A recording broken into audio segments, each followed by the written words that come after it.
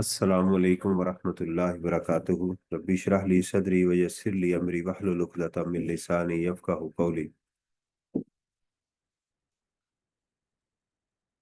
आज हम लॉसेस की प्रैक्टिस करेंगे कि जो हमारे लॉसेस हैं उनको किस तरह से ट्रीट किया जा सकता है।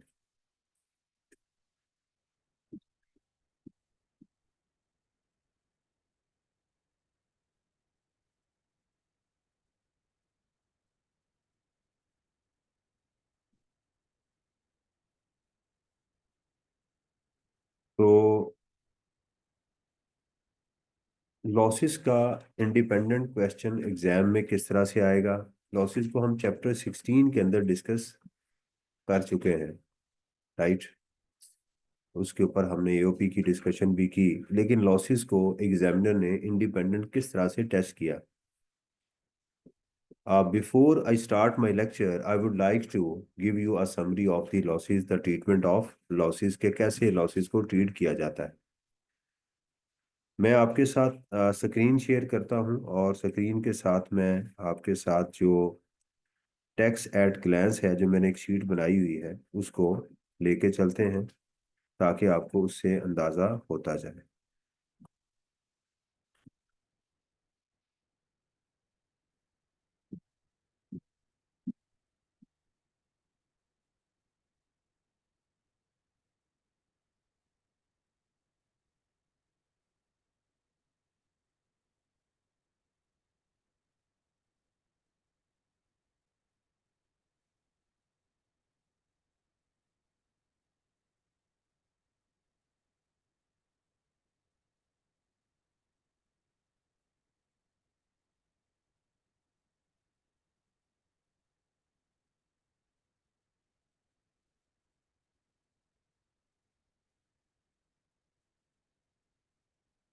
इसको जरा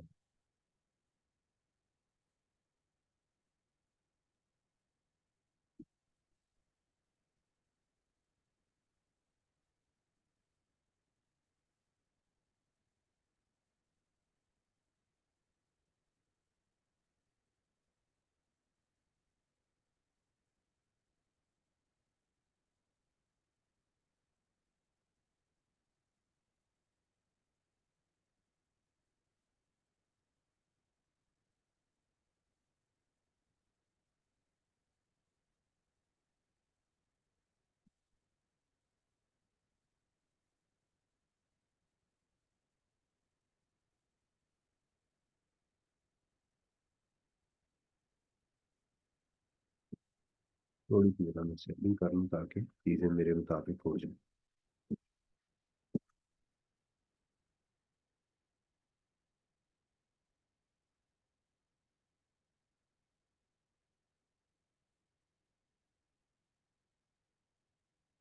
ये देखिए, हमारे पास जो चीज मौजूद है वो हमारे पास 5 हेड्स ऑफ इनकम है। There are 5 heads of income.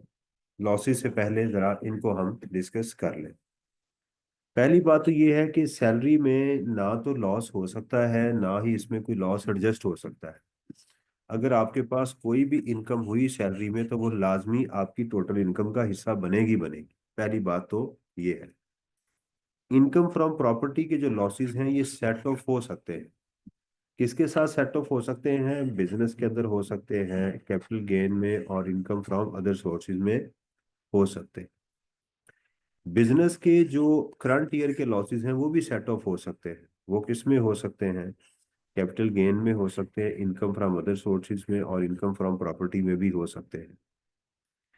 Income from other sources के लॉसेस भी सेट ऑफ हो सकते हैं। किसके अगेंस्ट हो सकते हैं? कैपिटल गेन के अगेंस्ट, बिजनेस के अगेंस्ट, और इनकम फ्रॉम, यानी ये एक शेल्टर है, इससे ऊपर कोई लॉस नहीं जाएगा, ना ऊपर से कोई लॉस आ सकता है। इसके अंदर जो हमारे पास बिजनेस के लॉसेस हैं, और बिजनेस का ही एक हिस्सा है स्पेकुलेटिव,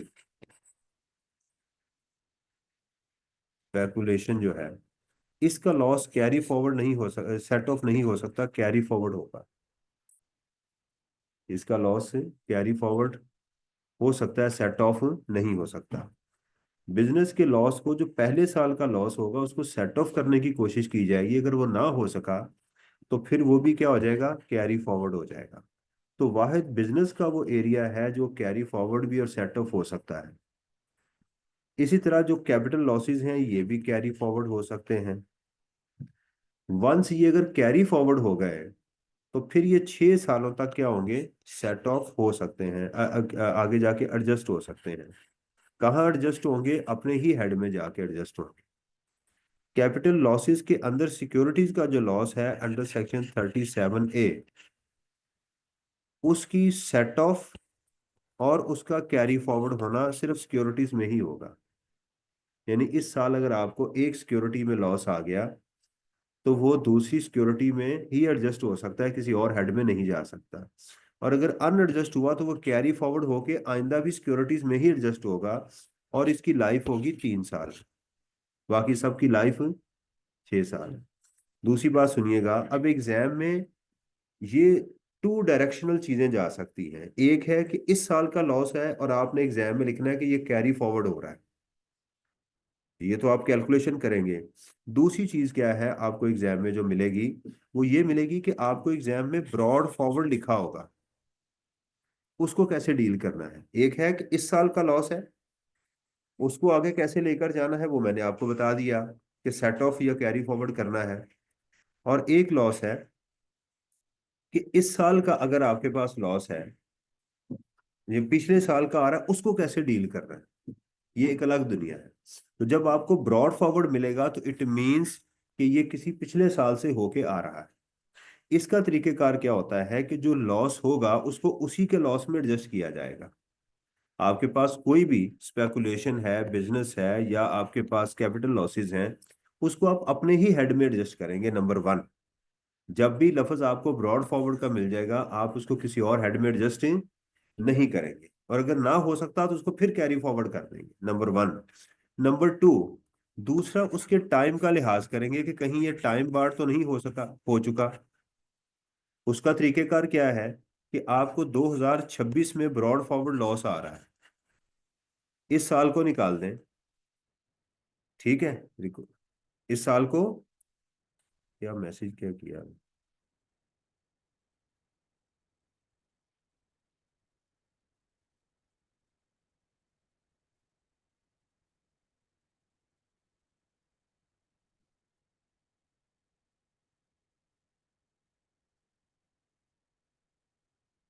लॉबी में तो नहीं बैठा हुआ।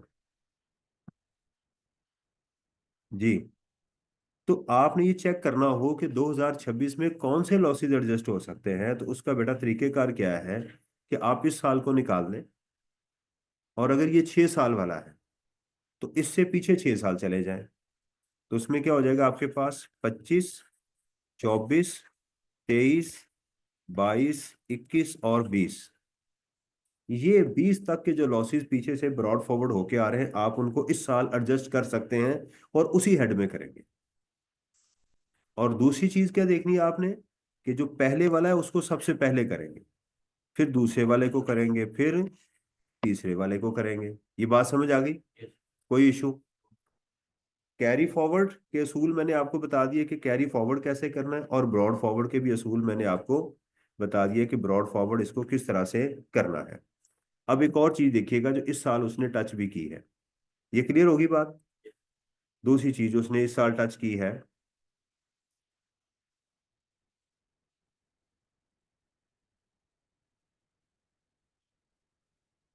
कि भाई मेरे पास ब्रॉड फॉरवर्ड लॉस तो है, मेरे पास ब्रॉड फॉरवर्ड लॉसेस आ रहे हैं। वो आ रहा है लेट्स सपोज बिजनेस का, जो पाकिस्तान में हुआ था। किस में हुआ था, अस्सलाम वालेकुम, जो किस में हुआ था, पाकिस्तान में हुआ था। लेकिन मेरे पास इस साल का बिजनेस गेन है, वो यूके का है। तो क्या मैं इसको इसमें एडजस्ट कर सकता हूँ, the answer is yes. The answer is, यानी सादा अल्फाज में पाकिस्तानी जो है वो बाहर के मुल्क मुल्क में जाके सेट हो सकते हैं। पाकिस्तानी जो है हमारे लोग बाहर यूरोप जाएंगे तो सेट हो सकते हैं, गोरा आके नहीं इधर सेट होगा। सादा असूल, गोरा आके हमारा इधर सेट, ये समझ आ गई। इसका मतलब पाकिस्तान का ब्रॉड फॉरवर्ड लॉसेस यूके के लॉसेस में, यूके के गेन में जस्ट। अब सुनिएगा, अगर सिचुएशन में ये रखूं, अगर मैं कहूं कि मेरे पास ब्रॉड फॉरवर्ड लॉसेस हैं, बिजनेस है हमारा यूके का और बिजनेस गेन है पाकिस्तान का, पीके का, तो क्या ये उसमें एडजस्ट होगा? The answer is no. ये फिर कैरी फॉरवर्ड हो जाएगा, क्योंकि जो फॉरेन लॉसेस होते हैं, जो फॉरेन सैलरी में तो लॉस नहीं हो सकता, इसको तो निकाल दें। फॉरेन लॉसेस, अगर आपकी इनकम फ्रॉम प्रॉपर्टी है, यानी आपकी लैंड थी यूके में, आपको वहां से लॉस हो गया है, तो ये सिर्फ कैरी फॉरवर्ड होगी, ये किसी भी हेड में नहीं होगी। स्टूडेंट को जब पढ़ाया जाता है तो वो कहता है सर आपने तो वो चीज बताई थी कि ये income from property set off हो सकती है, तो मैं कहता हूँ पाकिस्तान की सेट ऑफ हो सकती है, किसकी? पाकिस्तान की। ये तो भाई फॉरेन की है, उसमें तो रूल ही एक है। इसी तरह बिजनेस का जो है वो भी क्या हो सकता है? कैरी फॉरवर्ड, फॉरेन का कैपिटल लॉसेस कैरी फॉरवर्ड, ये सारे कैरी फॉरवर्ड होंगे और अपने ही हेड में एडजस्ट होंगे। जो आज मैंने एक नई चीज आपको बताई है कि फॉरेन के जो, पाकिस्तान के जो लॉसेस हैं वो फॉरेन के अपने ही हेड में एडजस्ट हो सकते हैं। समझ आ गई? चलिए एक और चीज मैं आपसे डिस्कस करने लगा हूं, तीसरी। मैं ये कहता हूं कि मेरे पास बिजनेस का ब्रॉड फॉरवर्ड, बिजनेस का लॉस है। डंड मारना शुरू कर दिया इसने। मेरे पास क्या है?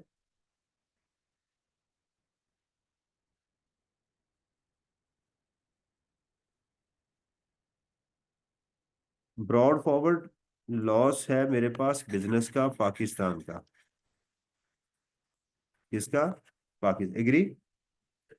मेरे पास यूके का इनकम फ्रॉम प्रॉपर्टी है,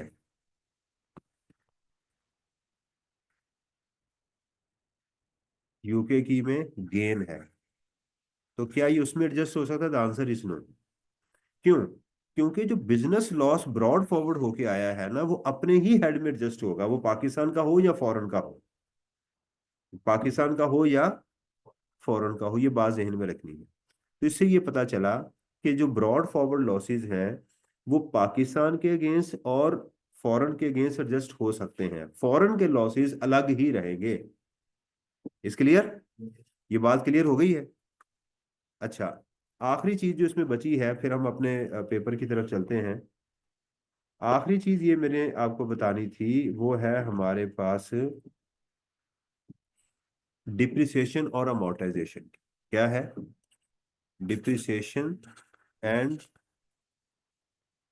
अमोर्टाइजेशन अंडर सेक्शन 22, 23, 24, 25। इसकी लाइफ नहीं होती। अगर इस साल के होंगे तो आप इसको कैरी फॉरवर्ड करेंगे अनलिमिटेड टाइम के लिए, इसके आगे टाइम फ्रेम नहीं देंगे। लेकिन अगर आपके पास एग्जाम में ब्रॉड फॉरवर्ड लॉसेस आ रहे हों तो आप इनको सबसे बाद में एडजस्ट करेंगे। यानी आप अपने एग्जाम में क्या करेंगे? आप अपने एग्जाम में लिखेंगे प्रॉफिट बिफोर टैक्स,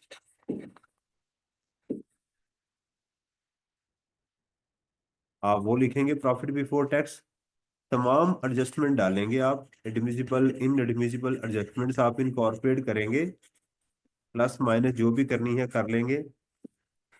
ठीक है, इसमें से आप ब्रॉड फॉरवर्ड बिजनेस लॉस को पहले एडजस्ट करेंगे, ब्रॉड फॉरवर्ड बिजनेस लॉस को पहले एडजस्ट करेंगे। फिर उसके बाद इसमें जो डिप्रिसिएशन और अमोर्टाइजेशन है, डिप्रिसिएशन एंड अमोर्टाइजेशन जो है, राइट, इस साल की भी और प्लस ब्रॉड फॉरवर्ड, दोनों को एडजस्ट करेंगे। ये आपका पैटर्न होगा क्वेश्चन में बिजनेस इनकम तक पहुंचने का। पहले आप प्रॉफिट बिफोर से या लॉस से चलेंगे और ये लॉसेस लेंगे, और ये लॉसेस में एहतियात करेंगे कि ये पिछले 6 सालों के हों। सही है? और अगर ये ब्रॉड फॉरवर्ड लॉसेस नहीं भी हैं तो फिर भी आप यही तरतीब रखेंगे, बस इसको मिस कर देंगे। तरतीब हमारी एग्जाम में यही रहेगी। इस ओके, क्लियर? कोई सवाल? सेकंड गेम में अगर फॉरेन और पाकिस्तानी लॉसेस हो तो वो भी वैसे ही बिल्कुल ऐसे ही होगा कि अगर वो, उनका सवाल ये है कि अगर मेरे पास ब्रॉड फॉरवर्ड लॉसेस हैं, कैपिटल लॉसेस, ब्रॉड फॉरवर्ड है पाकिस्तान के, और मेरे पास कैपिटल गेन है, सिक्योरिटीज का नहीं, सिक्योरिटी तो सेपरेट ब्लॉक में है ना। सिक्योर सेपरेट ब्लॉक को तो आपने मिक्स किसी के साथ नहीं करना, ना शेयर फ्रॉम एओपी में लेकर जाना है उसको अलग थलग। अगर उसमें गेन आ गया है ना, तो आपने उसका गेन अलग ही रखना है, उसको किसी का हिस्सा नहीं बनाना। तो कैपिटल आपके पास गेन आ गया यूके का, आप इसको एडजस्ट, यानी सेम हेड में एडजस्ट कर सकते हैं। रूल एक ही है कि जो ब्रॉड फॉरवर्ड लॉसेस होंगे वो पाकिस्तान, दोबारा लिख देता हूं, जो ब्रॉड फॉरवर्ड लॉसेस होंगे पाकिस्तान के, वो सेम हेड में एडजस्ट हो जाएंगे, सेम हेड में एडजस्ट होंगे, वेदर इट इज पाकिस्तान और वेदर इट इज फॉरेन, दोनों में एडजस्ट हो जाएंगे। सर, अगर ये हमारे पास दो हेड ऑफ इनकम है और एक हेड ऑफ इनकम हमारे पास प्रॉफिट आ रहा है, लेकिन उसी हेड दूसरी हेड ऑफ इनकम में लॉस आ रहा है, उसी हेड ऑफ इनकम में प्रॉफिट आ रहा है, उसके पीछे से ब्रोकर भी आ रहा है लॉस, तो इसको कैसे सेट ऑफ करेंगे? अच्छा, इनका सवाल ये है कि अगर मेरे पास ब्रॉड फॉरवर्ड लॉसेस आ रहे हैं, कैपिटल लॉसेस भी हैं पीके के, लेकिन इस साल मेरे पास कैपिटल गेन पीके का भी है, तो क्या करेंगे? सबसे पहले इसको यहां करेंगे। तो अगर हमारे पास बिजनेस लॉस है हमारे पास, मैं कर देता हूँ, चले लिखते हैं इधर। मेरे पास बिजनेस लॉस ब्रॉड फॉरवर्ड है, कैसे है 100 बिजनेस गेन है, बिजनेस लॉस है तो कैपिटल बिजनेस गेन लॉस कितना है? 100 कर 100 है मेरे पास, लॉस आ गया इस साल का, हम एग्जांपल लेते हैं 2026 की या 25 की, जो भी है। कैपिटल गेन हो गया हमारे पास। कैपिटल गेन पाकिस्तान का है, 100 का हो गया। और हमारे पास for capital gain brought forward loss है, कैपिटल लॉस जो है ये ब्रॉड फॉरवर्ड है, कितना? 100 का है, ये ब्रॉड फॉरवर्ड है। सबसे पहले इसको ये एडजस्ट करेंगे, पहले इंटर हेड किया जाता है हमेशा, ठीक है। और बिजनेस को क्या करेंगे, यहां से कैरी, अगर है नहीं सेट हो रहा तो इसको हम कैरी फॉरवर्ड करते हैं, क्योंकि इनके पास टाइम कम होता है ना, तो सबसे पहले अपने हेड को लिया जाता है। आप अगर बांटेंगे तो सबसे पहले, वो क्या कहते हैं, अव्वल दरवेश बाद ख्वेश, पहले घर वालों को दें, जब इनको खाना दे दें तो बाहर में फकीरों को बाद में दें, पहले नहीं फकीरों को दे दें, घर वाले गालियां दें आपको, तो ये करेंगे ना। और कोई सवाल आता है मुझे? अच्छा जी, ठीक हो गया जी। तो अल्हम्दुलिल्लाह एक तो हमने ये कर ली। अब चलते हैं कि एग्जामिनर साहब जो हैं हमसे क्या एक्सपेक्ट करते हैं और उन्होंने आज तक क्या क्या पूछा हुआ है। लें जी, मार्च 2023 में ये बात पूछी गई कि मिस्टर एमएच, पहले रिक्वायरमेंट पढ़ेंगे, under the provision of income tax discuss, लफ्ज क्या है, the tax treatment of the above transactions. देखिए, जब आप एग्जाम में बैठे होंगे उस वक्त तो नहीं आपको पता चलेगा कि अबव ट्रांजैक्शन क्या चीज है, तो डायरेक्शन किसी सिमत भी जा सकती है, माइंड को ब्रॉड। अब जो आपके पास टाइम है ना, अब आपने तसल्ली से चीजों को फोकस करना है, सोचना है कि मेरा रुझान तसल्ली के साथ, पैनिक नहीं होना अब, परेशान यानी अब उजलत में नहीं करना। वो उजलत पेपर में होती है, वो खुद ही हो जाती है, अल्लाह ताला हिम्मत दे देते हैं। पेपर में एक चीज तो सबको मिलती है जी, मुझे नहीं आता। मेरे साथ हर पेपर में ये होता था कि यार मुझे तो कुछ भी नहीं आता, एकदम पूरी किताब नहीं देने में आती ना। तो पहले पेपर में 10-15 मिनट एक प्रेशर रहता था मेरे ऊपर, फिर उसके बाद मैं लिखना शुरू करता था, वो पता ही नहीं चलता था अब कौन बैठा है कौन किधर बैठा है, फिर बंदा लिख ही जाता है। ये चीजें काम कर जाती हैं। Mister MS engage in the business of cashew nut processing on, ठीक है, साल कौन सा है, कोई साल नहीं है। कैश्यू नट का करते हैं, क्या पिस्ता होता है ये, काजू। On 31 July, he entered into a 6-month forward contract for the purchase of raw material used in his business to safeguard against losses due to price fluctuation. ये जो उसने कॉन्ट्रैक्ट किया है ये किस तरफ जा रहा है आपका? ये स्पेकुलेशन की एक्सेप्शन थी। ये स्पेकुलेशन की क्या थी? एक्सेप्शन थी कि ये वाली चीज स्पेकुलेटिव इनकम नहीं होती। On 31 January, the maturity date of the forward contract, he took the delivery of the raw materials and settled the contract by making the due payment. कहता है इसको कैसे डील करेंगे, उसने कर दी है तो ये कहाँ जाएगा? अब ना तो इसमें कोई गेन है ना उसने कोई प्राइस बताई है। बड़ा अजीब सा उसने लाके मुझे छोड़ दिया है कि टैक्स ट्रीटमेंट बताएं कि इसमें क्या होगा। उसने पैसे दिए और उसको जो है वो चीज को खरीद ली। तो आप मुझे बताएं कि कहीं कोई गेन हुआ है? कोई इनकम, उसने इनकम टैक्स की बात की है, कोई इनकम आपकी आ रही है? इस पूरी चीज में अगर आप देखें तो कोई इनकम आ रही है? Forward the he took the delivery of the raw material, क्या हुआ ये? कोई इनकम तो है नहीं, ना कोई टैक्स क्रेडिट है ना कोई ज़कात है। पूरी अगर आप पूरा थ्रू आउट मेरे टैक्स एट ग्लैंस को देखें तो ये सिर्फ खरीदारी हुई है। इसकी टैक्स इम्प्लीकेशन कोई बनती नहीं है। तो क्या लिखेंगे बताएं, सोच के बताएं। 3 नंबर का सवाल है ये। तो पूछ रहा है इसकी टैक्स ट्रीटमेंट बताएं।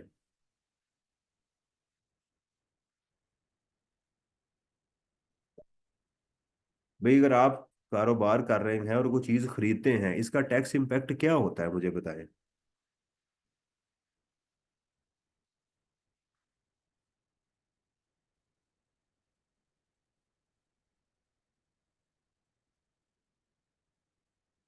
कुछ तो बोले ना यार। ये assumption नहीं है अगर गेन हुआ तो फिर कौन सा है वो टैक्सेबल इनकम में ना अगर लॉस आ गया तो क्या इफेक्ट होता है। हाँ, अगर गेन इसमें आ गया, इसको बेचेंगे, गेन आ गया। फिलहाल इसमें आपको क्या चीज नजर आ रही है? इधर यहाँ पे ना कोई इनकम कोई जनरेट नहीं हुई, कोई इनकम तो tax जनरेट नहीं हुई, कोई टैक्स। टैक्स भी नहीं लग रहा। कुछ तो हुआ है, ट्रांजैक्शन तो हुई है। क्या ये ट्रांजैक्शन को टैक्स में कहीं नोट करेंगे, नहीं करेंगे, क्या होगा? नहीं करेंगे।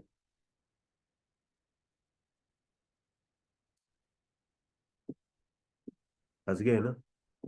यही पास पेपर आपको सिखाते हैं कि उस सिचुएशन आपको आता है। मैं जब बताऊंगा तो ओ, वरना ऊ होगा, या तो ओ होगा या ऊ होगा। आज ओ कर लेंगे तो ठीक है, वरना ऊ होगा। देखें भाई, बात यह है कि ये जो कॉन्ट्रैक्ट है मेरा हुआ है, पहली बात यह है कि आप इसमें लिखेंगे the gain when Mister M H will sell this cashew nut, the gain shall be tax under the head business income. However, currently the price of the cashew nut shall be treated as the cost of purchase। बस भाई आपने खरीदी है तो आप बता दें कि भाई ये उसकी बिजनेस की क्या है, कॉस्ट ऑफ परचेज है ये। तो अभी तक उसने बेचे नहीं है, जब वो बेच देगा तो किस में चली जाएगी? बिजनेस में जाएगी। ये वाला इम्पैक्ट आपने बताना था कि फिलहाल there is no tax impact on just buying the cashew nut, right? However, when the cashew nut will be sold by Mr. MS, the gain shall be taxed or loss shall be taxed under the head business। बस ये इंशाल्लाह आपको 3 number मिल जाएगी। अब समझ आई कि ऐसी situation भी अजीब सी क्रिएट हो सकती है पेपर के अंदर। लिस्ट द पर्संस और इनकम दैट आर मार्च 2022 का है allowed a tax credit equal to 100% of the tax payable. वो कौन से थे? 4 नंबर का है ये। 65G का आपको बताया था मैंने। एक एफ था और एक जी था। कोई वाला हाँ, स्टार्टअप का था। स्टार्टअप अगर वो सारी कंडीशन को फुलफिल करेंगे। और कोयल वाला, कोल वाला था कि सिंध के अंदर अगर आप कोल प्रोजेक्ट्स को बनाएंगे तो ये वाली बात पूछी गई है कि आप टैक्स क्रेडिट के ऊपर बताएं। समझ आ रही उसकी क्या कहा है? लिस्ट द पर्सन, वो 2 ही पर्सन थे, एक स्टार्टअप का था और एक कोल एक्सट्रैक्टिंग का था, माइनिंग का था। कहता also specify the condition limitation which are required to fulfil for availing the set credit. इसके अंदर सिर्फ आपने वो 3 या 4 कंडीशन थी कि वो इनकम टैक्स की रिटर्न फाइल करेंगे, विद होल्डिंग टैक्स की रिटर्न फाइल करेंगे, सेल्स टैक्स की रिटर्न फाइल करेंगे। ये 3 कंडीशन या 4 कंडीशन थी, वो आप यहाँ पर लिखेंगे कि जनाब उसको ये कंडीशन पूरी करनी है तो उनको क्रेडिट मिल जाएगा। ये 2 बातें अलग अलग पेपर में लिखनी है। पहले उसने पूछा लिस्ट द पर्सन, वो आप बताएंगे। अच्छा, यहाँ अगर किसी ने वुमेन स्टार्टअप का लिख दिया तो वो गलत करेगा। भाई वहां तो जो उसने बात क्या की है, 100% टैक्स ऐड की, वो 25% वाला भी ठोक आएगा क्योंकि उसने याद ही सारा किया हुआ है। तो अकल से काम लेना है, उसने मेरे से जितनी बात पूछी है उतनी बात बतानी। ओके। अच्छा जी।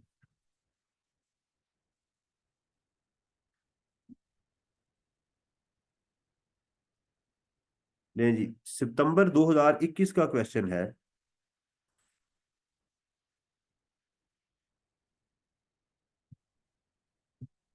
सवाल हमारा ये है जी, under the income tax ordinance discuss how the above losses can be set off against her aforesaid income. Also discuss, discuss दो जगह चाहिए, discuss how the above losses. ध्यान से जितना अच्छा चीजों को पढ़ेंगे उतना अच्छा उसका रिप्लाई करेंगे। Also discuss the amount of losses that can B carried forward for adjustment against her future incomes. तो कैसे सेट ऑफ होंगे और कैसे आगे जाके क्या, कौन कौन से कैरी फॉरवर्ड होंगे। अब देखिएगा, following information pertain to Miss Miss A for tax year X8 है। Income from non speculative business income, right. ये तो गेन है, इसका तो वो पूछ नहीं रहा। इसका मतलब ये मेरे स्कोप से बाहर है, इसको मैंने डिस्कस नहीं करना। उसने मेरे से लॉसेस की बात की है। अगर कोई स्टूडेंट इसको डिस्कस करना शुरू कर देगा, if the loss from non speculative business income it shall be set of, वो कहेगा यार बेवकूफ आदमी है। मैंने सिर्फ लॉसेस की बात की है। वो कौन से हैं, 1 2 3 4 5, इनकी बात पूछी। इनकी तो बात ही नहीं पूछ रहा गेन की। तो गेन की बात करके जो बात पूछी जा रही है, जो पूछी जा रही है वैसे जवाब देंगे तो नंबर मिलेंगे। वरना यही वजह है कि स्टूडेंट सीए के अंदर ये आखिर में पूछता है मुझे क्यों निकाला। बड़ा कॉमन सवाल होता है, सर मुझे समझ नहीं आ रही मुझे फेल क्यों किया जा रहा है। ओके। ये वजह होती है कि उसको जवाब देना नहीं आ रहा होता। तो दिस इज इंपॉर्टेंट। तो इसको तो डिस्कस नहीं करना। इनकम फ्रॉम प्रॉपर्टी, इसको भी डिस्कस नहीं करना। Gain on sale of jewellery, ये भी ठीक है। Gain on sale of listed securities, इसको तो वैसे ही बाहर निकाल दें। इसके ऊपर तो कुछ भी सेट ऑफ नहीं आपने करना, ये तो अलग थलग रहेगा। इसको तो कवर देना पहले। आगे है गेन ऑन, आगे है जी loss from speculative business income. ये देखिएगा, क्या यहां पर कहीं आपको गेन नजर आ रहा है स्पेकुलेटिव का, पहले उसको आइडेंटिफाई करें। तो इसको आप लिख देंगे it should be carried forward. तो पहला जो पॉइंट आप लिखेंगे अपने जवाब के अंदर वो ये लिखेंगे, the loss from, discuss how the above losses can be set of. तो पहला लिखेंगे, हेडिंग देंगे speculative, speculation business. The loss of 4.5 million shall B carried forward, ठीक है, in the next year and shall B carried forward for next 6 years and shall be available for adjustment against speculative income. उसने मुझे discuss the losses that can be carry for adjustment against future income. तो आप लिखेंगे 6 सालों तक होगा और 6 सालों में ही अगले इसी के अगेंस्ट ही एडजस्ट होगा। क्लियर, ये पूरा हो गया।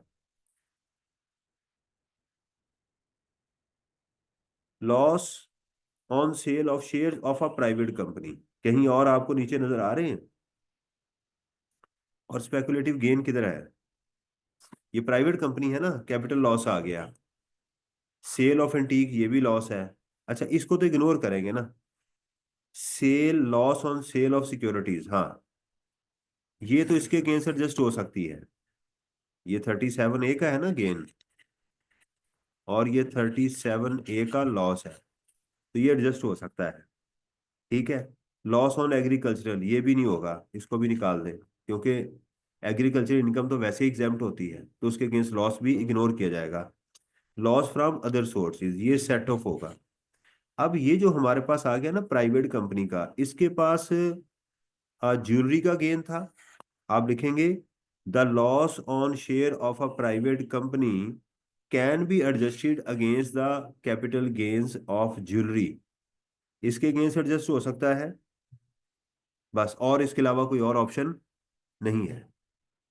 ठीक है, यानी आपका कैपिटल लॉस जो है वो इसके अगेंस्ट तो एडजस्ट हो सकता है ना, इस साल के तो करेंगे। तो आप इसमें लिखेंगे the loss on share on the loss on sale of shares of a private company may be adjusted, may be adjusted against the gain on sale of jewelry, इसके अगेंस्ट ये एडजस्ट हो सकता है। फिर आप आएंगे loss on sale of antique, आप बताएंगे the loss on sale of antique is not recognisable as per the provisions of income tax ordinance. याद है, एंटीक स्कल्पचर्स ज्वेलरी, इनके अगेंस्ट जो लॉस जो है वो कंसिडर नहीं होगा। तो आप बताएंगे the loss on sale of antique shall not be set off, is not eligible for set off और carried forward as gain on the loss of antique shall be consider while loss shall be ignored. आगे लिखेंगे, आगे आ गया जी loss on sale of securities, तो आप बताएंगे loss on sale of securities, ठीक है, may be adjusted on the gain on sale of securities subject to the condition of time limit. इसका टाइम लिमिट चूंकि पता नहीं है तो उसके अगर ये देखे ना, ये जो लॉस नहीं, ये तो लॉस टाइम टाइम लिमिट कहाँ से आ गई, तो इसी साल का लॉस है, तो आप कहेंगे उसके अगेंस्ट एडजस्ट हो सकता है। लॉस फ्रॉम एग्रीकल्चरल, तो आप बताएंगे as agricultural income is exempt so the loss shall not be considered and shall not be set off और carried forward. Loss from other sources, आप ये बताएंगे कि जी लॉस जो है वो अदर सोर्सेज का हो सकता है, तो आप बताएंगे the loss from other sources may be set off against the business income against the income from property, right, इसके अगेंस्ट ये सेट ऑफ हो सकता है। अच्छा, प्राइवेट कंपनी में कितना लॉस है आपको, 36 लाख का, गेन कितना है 25 लाख का, तो चूंकि बचा ही कुछ नहीं है ना, तो इसका जो बाकी बैलेंस होगा कितना बच जाएगा आपका, 9 लाख का, 36 का है ना और गेन 25 लाख का है, 11 लाख। तो आप लिखेंगे 1.1 मिलियन ये कैरी फॉरवर्ड हो जाएगा, और ये जो 19 मिलियन का जो लॉस है वो इन दोनों के गेन से एडजस्ट हो जाएगा। इन दोनों के गेन जब एडजस्ट होगा तो फिर भी इसका 1 मिलियन जाया हो जाएगा, उसका कैरी फॉरवर्ड नहीं होगा। समझ आ रही है? अच्छा, अगर एग्जाम में ऐसे सवाल में कंफ्यूजन हो जिसकी कि उसने अमाउंट नहीं मांगी, तो फिर अमाउंट को डिस्कस ना करें, जैसे मैंने निटी ग्रिटी में किया है ना, ये तो सबसे बेहतरीन तरीका है कि आप बता दें कि ये वाली अमाउंट इस अमाउंट के इसके एडजस्ट होगी। इसमें एक काम नहीं करना, टैक्सेबल इनकम कैलकुलेट नहीं करनी, नीचे ये नहीं करना so the taxable income is this, वो गलती हो सकती है, बेवकूफों की तरह वो काम ना करे जो उसने नहीं मांगा। उसने नहीं मांगी ना टैक्सेबल इनकम, तो डिस्कस की है तो डिस्कस करें, इसकी ऑब्वियसली कोई ना कोई टैक्सेबल इनकम में यहाँ जवाब आ रहा होगा, हो सकता है कोई ये जवाब आ जाए, वो आपने नहीं लिखना, उसने मांगा नहीं है, बस हर हेड को लेके आपने डिस्कस करना है। इस क्लियर, समझ आ गई? आप अपने यकीन से बताएं कि अगर ये आप चीजें ना करके पेपर में जाएं और ये चीजें आपके सामने आ जाएं तो क्या करेंगे, मुश्किल होगी ना। तो इसलिए मैं कहता हूं कि इसके बगैर आपकी तैयारी नहीं होती।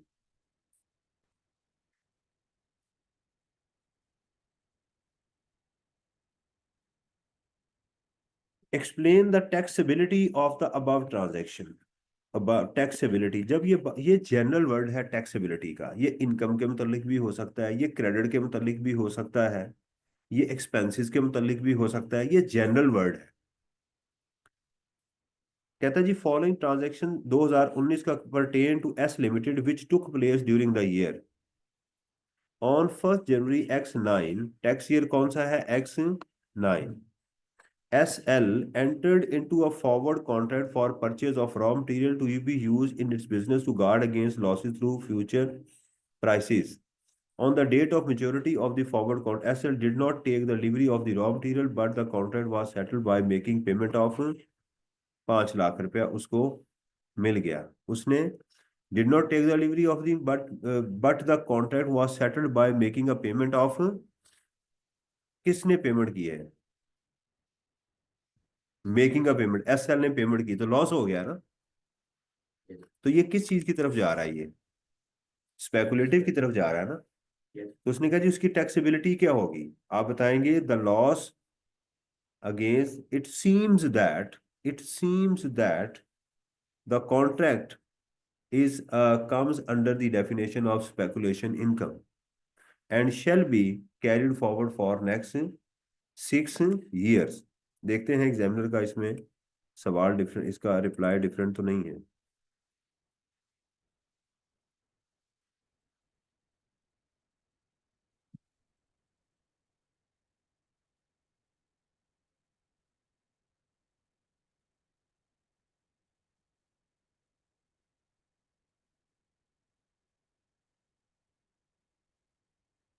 ये है जी, the forward contract entered into by MH for the, ये यही है 16 है। ये क्या था 19 वाला?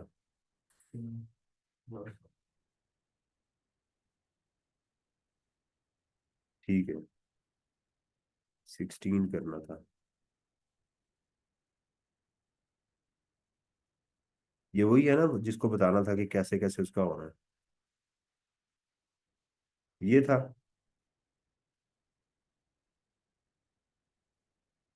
लेकिन ये डेफिनेशन पेपर में प्रोड्यूस करने की जरूरत नहीं है, ये बात याद रखें, इतना टाइम नहीं होता। आप सिर्फ ये बताएंगे it is clear from the above definition ही बताएंगे, एज पर द डेफिनेशन, आप as per the definition of speculation business the said transaction is speculation transaction as SL did not take delivery transfer of commodity, speculation business is taxed under the head income from business but loss if any shall be carried forward to the next. बस इतनी बात लिख देंगे, इंशाल्लाह 3 number मिल जाएंगे। यानी यहाँ definition देने की लंबी चौड़ी जरूरत नहीं है, 3 नंबर का सवाल है, इतना लंबा चौड़ा नहीं हम कर सकते। और ये जैसे क्रिप्टो करेंसी वगैरह में जाते हैं तो ये स्पेकुलेशन बिजनेस में आता हाँ स्पेकुलेशन में चला जाता है, स्पेकुलेट करते हैं ना, डिलीवरी नहीं ले रहे होते आप। क्रिप्टो करेंसी तो करेंसी है ना, वो तो बिजनेस में जाएगी। है, बिटकॉइन वगैरह खरीद सकते हैं। बेटा वो तो करेंसी, उसको करेंसी डिक्लेयर करते हैं ना लोग, तो उसको तो कमोडिटी नहीं लेते। ये तो बात की जाए ना स्पेकुलेस की, फॉरेक्स मार्केट की, जिसके अंदर आप कॉन्ट्रैक्ट लेते हैं गोल्ड का, सिल्वर का, प्लैटिनम का, क्रूड ऑयल्स का, लेकिन आप खरीदते नहीं है, बस स्पेकुलेट करते हैं आप। ये दो अलग चीजें, क्रिप्टो करेंसी तो बेसिकली कोई करेंसी बाय कर रहे हैं ना, कोई चीज तो नहीं ले रहे आप। क्या ख्याल है? पेपर में नहीं मैंने कभी देखा।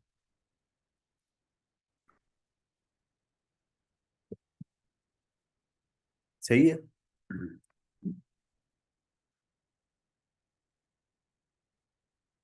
लें जी, कंप्यूट जेसीज टैक्सेबल इनकम और loss under the amount of loss to be carry forward if any for the tax year X8। 6 नंबर का ये सवाल है जी, लॉसेस का, इसकी वो बात कर रहा है। एक मैं सवाल ढूंढ रहा हूँ, मुझे ये वाला, हाँ आ गया, मशहूर जमाना।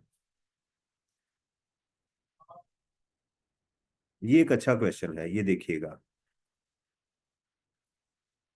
6 नंबर का सवाल है ये।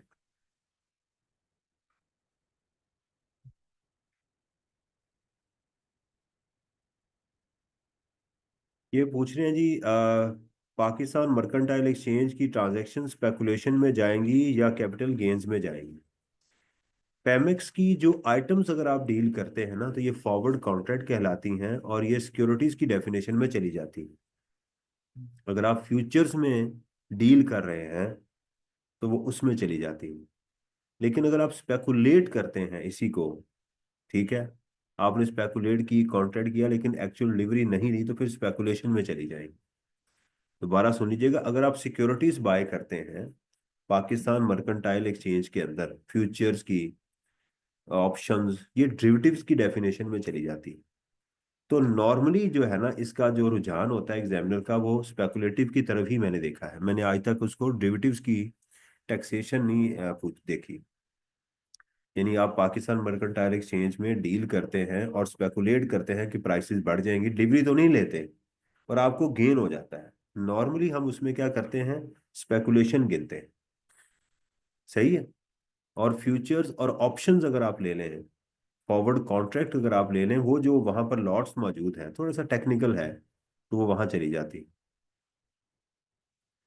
Jameel and Company is the sole trader of branded tea in Pakistan. In addition to the trading business, JC also give forward purchasing and selling of tea to reap the benefit of price fluctuation in the local market. वो क्या करता है कि forward purchasing के अंदर deal करता है, उसमें चाय वगैरह की फसलों का भी सौदा कर लेता है पहले ही, फसल आने से पहले ही उसमें डील कर लेता है। मेरे एक दोस्त है, वो मेरे रिश्तेदार हैं बल्कि, वो हाइड, ये खल नहीं होती, खल बनौला, जो उसका केक होता है, ऑयल केक्स उसे कहते हैं। जब भी ये जो बीज होते हैं ना, जब आप बीज को उसको कर लेते हो, निकाल लेते हो उसमें से ऑयल, तो उसका थोक बच जाता है, वो गाय भैंसों को डालते हैं। बनौला का होता है, उसको खल बनौला कहते हैं, खल कहते हैं। इसी तरह जो है ये सूरजमुखी का भी होता है, खल सूरजमुखी की भी बनती है, तो वो जानवरों को डालते हैं। ठीक है ना, तो उसमें वो डील करते हैं। तो वैसे ही करते हैं कि वो खरीद लेते हैं और वो उसी को वैसे ही बेच देते हैं। वो कहते हैं रेट इतना हो गया जी, माल मेरे पास पड़ा हुआ है, माल उधर ही पड़ा रहता है। वो कहते हैं यार मेरे पास माल पड़ा हुआ है, खरीदना ही? कहता है जी हाँ। कितना माल पड़ा हुआ है? जितना पड़ा हुआ है, ठीक है। उसके पास ही पड़ा हुआ, कहता है मुझे ही बेच देना। तो ऐसे वो डील करते हुए, पिछले दिनों मुझे बताया कि वो काफी अच्छी उनको उसमें हो गया। तो ये वो डील करते हैं। Following information has been extracted from the record of जेसीज for the year end 30 June. ये है detail of trading and speculation business forward purchase and sale were as follows. Trading business में उनको ग्रॉस रेवेन्यू है जी 100 million का, और gross profit है 20 का। और स्पेकुलेशन बिजनेस के अंदर 200 है, और ये उसका ग्रॉस प्रॉफिट जो है वो 10 का है। देखिए ये सही उसने किया है। लॉ हमें ये कहता है कि जब आप सेक्शन इसको पढ़ते हैं ना 19 को, तो 19 शुरू में ही बता देता है कि ये बिजनेस का ही हिस्सा है। अगर आपसे पूछा जाए स्पेकुलेशन बिजनेस क्या है, तो आप कहेंगे it is a part of the business, business का ही हिस्सा है। लेकिन लॉसेस के लिए और एक्सपेंसेस के लिए इसको अलग अलग गिना जाएगा। ये है, तो उसने बिल्कुल सही किया, दोनों को अलग अलग कैलकुलेट किया हुआ है। Total admin and general expenses for the year is 7.2 million. वो 72 मिलियन आ गए। मसला हो गया ना। देखें ग्रॉस प्रॉफिट आपका है 30 मिलियन का, और एडमिन एक्सपेंसेस कितने हैं? 7.2 मिलियन के। लेकिन उसने, अच्छा, this amount include a penalty of 0.4 million पे टू कस्टम अथॉरिटीज। ठीक है, इसका मतलब ये है कि जो आप किसी लॉ को अथॉरिटीज को देंगे वो तो आपका एक्सपेंस नहीं माना जाता। तो एक्चुअल एक्सपेंस कितने हो गए? 7.2 माइनस 0.4, कितने हो गए? 6.8 मिलियन हो गए। सही है। Assessed carried forward losses from the previous year are as, देखें ये ब्रॉड फॉरवर्ड आ गए, बताया था ना मैंने आपको। लॉसेस फ्रॉम ट्रेडिंग बिजनेस, ये कहाँ जाएंगे? इसके अंदर। लॉसेस फ्रॉम स्पेकुलेशन बिजनेस, ये कहाँ जाएंगे? इसके अंदर। ऐसे ही है। और कैपिटल लॉसेस ये X2 से है ना। अब देखें, X2 को निकाल दें, इससे आगे 6 साल, ये तो वैसे होने ही नहीं है ना, क्योंकि मेरा इस साल तो कोई कैपिटल का गेन है ही नहीं। ठीक है, लेकिन कैरी फॉरवर्ड करते हुए भी एहतियात करनी है कि इसने कैरी फॉरवर्ड भी होना है या नहीं होना। तो अब देखिएगा, 2000 X2, इसको निकाल दें। 1, 2, 3, 4, 5, 6, यानी एक्स का था ना, 1, 2, 3, 4, 5 और 6 साल पूरे हो गए ना इसके। तो इसकी, हाँ, ये गलती नहीं अब करनी कि इसके आगे कैरी फॉरवर्ड। अगर यहाँ लिखा होता 4, तो आप अपने जवाब के अंदर लिख देते उसने लिखा हुआ amount to be carried forward, वो भी बताए, तो फिर लिखते। कैसा जबरदस्त, उसने कैसी ब्रीक कार्रवाई डाली है ना, कि उसने आगे लिख दिया कि स्टूडेंट क्या करता है। तो इसको आप कैरी फॉरवर्ड नहीं करेंगे। उसने सिर्फ ये कहा है कि टैक्सेबल इनकम या लॉस कैलकुलेट करें। अब हमें करना क्या है? करना ये है कि सबसे पहले बिजनेस का हमने कैलकुलेट करना है। बिजनेस का कैलकुलेट करने के बाद ये जो 12.8 है, वो इसमें से माइनस करना है। और अगर इसमें लॉस, जो ट्रेडिंग बिजनेस है, इसमें अनएब्जॉर्ब डिप्रिसिएशन होती तो उसको मैं बाद में लेके जाता। इसमें एक इशू आ गया, ये जो 6.8 मिलियन है, ये किसका हिस्सा है? कॉमन है ना। तो क्या रूल, क्या लॉ क्या कहता है कि आप इनकी जो जो रेशो है उसके मुताबिक कर दें। तो ये टोटल कितनी हो जाएगी सेल इनकी, 600। तो अगर 4 को 6 पे डिवाइड करें तो इसको बिजनेस को कितना हिस्सा मिल जाएगा। हाँ जी, 67% इसका बिजनेस को चला जाएगा और 33% जो है वो स्पेकुलेशन को चला जाएगा। सही है। तो अब हम इसकी अलग अलग कैलकुलेशन करेंगे। चलते हैं जरा इसका सॉल्यूशन बनाते हैं।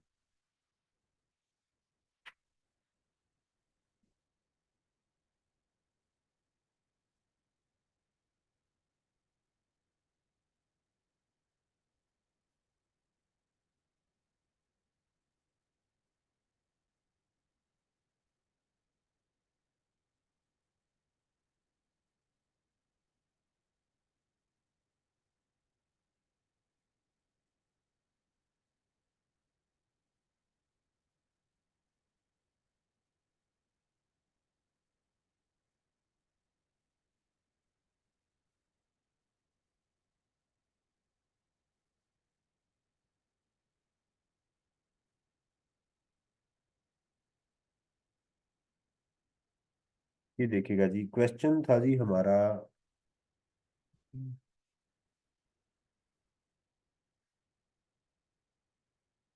क्वेश्चन नंबर 15 सितंबर 2018।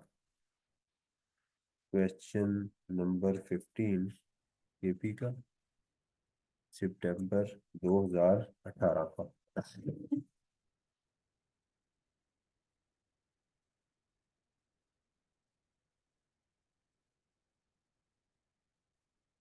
तो सबसे मैं लिखूंगा, इसका नाम है Jamil and company,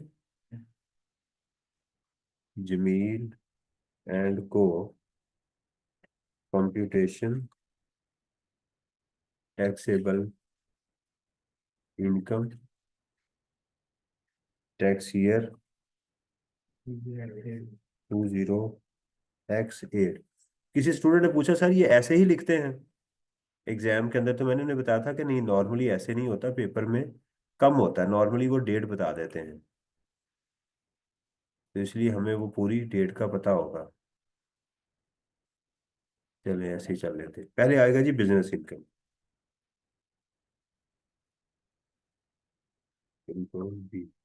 business income में सबसे पहले क्या है आपका, ग्रॉस रेवेन्यू। ठीक है, ऊपर आप रुपीस लिखते हैं, ये मिलियंस में है। मैं रुपीस को नॉर्मली मिलियंस में नहीं लिखता एग्जाम में, तो मैं लिख देता हूँ 400। आप बेशक 400 ही लिख लें, मैं मिलियंस में लिख रहा हूँ। ठीक है, इसका आ गया जी ग्रॉस प्रॉफिट 20। उसने चूंकि कॉस्ट ऑफ सेल नहीं दी, लिहाजा मैंने इसी पे लिख दिया। अगर वो कॉस्ट ऑफ सेल दे देता तो 380 होती, तो उसने नहीं दी, मैं डायरेक्ट इस पे आ गया। इसमें से मैं करूंगा लेस एडमन एक्सपेंसेस, और यहाँ वर्किंग बता दूंगा वो कितनी है, 400 divided by 600 multiplied by 6.8 million. ये मैं काम कर दूंगा यहाँ पर, और यहाँ माइनस करूंगा 6.8 मल्टीप्लाइड बाय 400 डिवाइडेड बाय 600।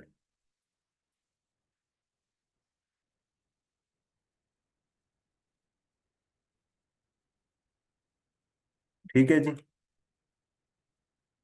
तो मेरा इस साल का, ये मेरे पास आ गया प्रॉफिट जो है ना इस साल का। अगर डिप्रिसिएशन होती तो बाद में ले जाता, वो भी नहीं है। अब इसमें मैं करूंगा लेस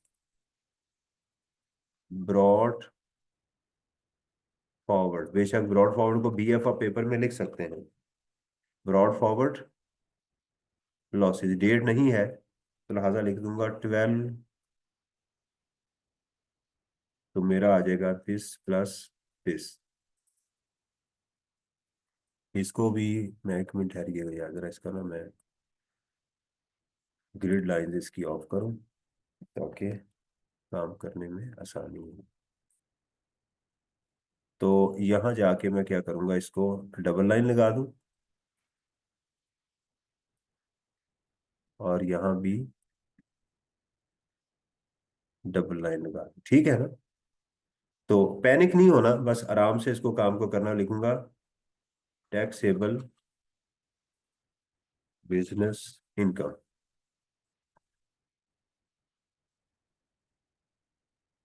ठीक है। ये आ गई स्पेकुलेशन इनकम। उसी तरह gross profit, admin expenses, brought forward losses, ये सहूलत आपके पास फिलहाल नहीं है, आपको लिखना पड़ेगा। ये जी 200 और ये है 1, ठीक है। और इसमें हम लिख देंगे 2।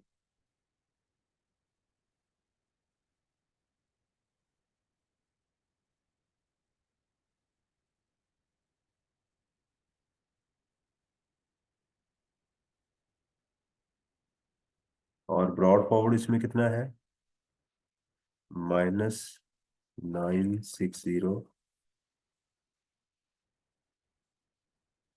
तो ये आ जाएगा कैरीड फॉरवर्ड लॉसेस, ये मेरा। तो टैक्सेबल इनकम कितनी आ जाएगी, उसने टैक्सेबल इनकम पूछी है ना। टैक्सेबल इनकम मेरी आ जाएगी ये वाली, और इसको मैं डबल लाइन, वो टैक्स तो नहीं मांगा, टैक्सेबल इनकम। बस टैक्सेबल इनकम मांगी है। तो मैं ये यहाँ तक पहुंच जाऊंगा, सही है। ये कैरी फॉरवर्ड हो गया और ये मेरी जो इनकम थी ये टैक्सेबल हो गई। क्यों जी, डन, जबरदस्त हो गया ना।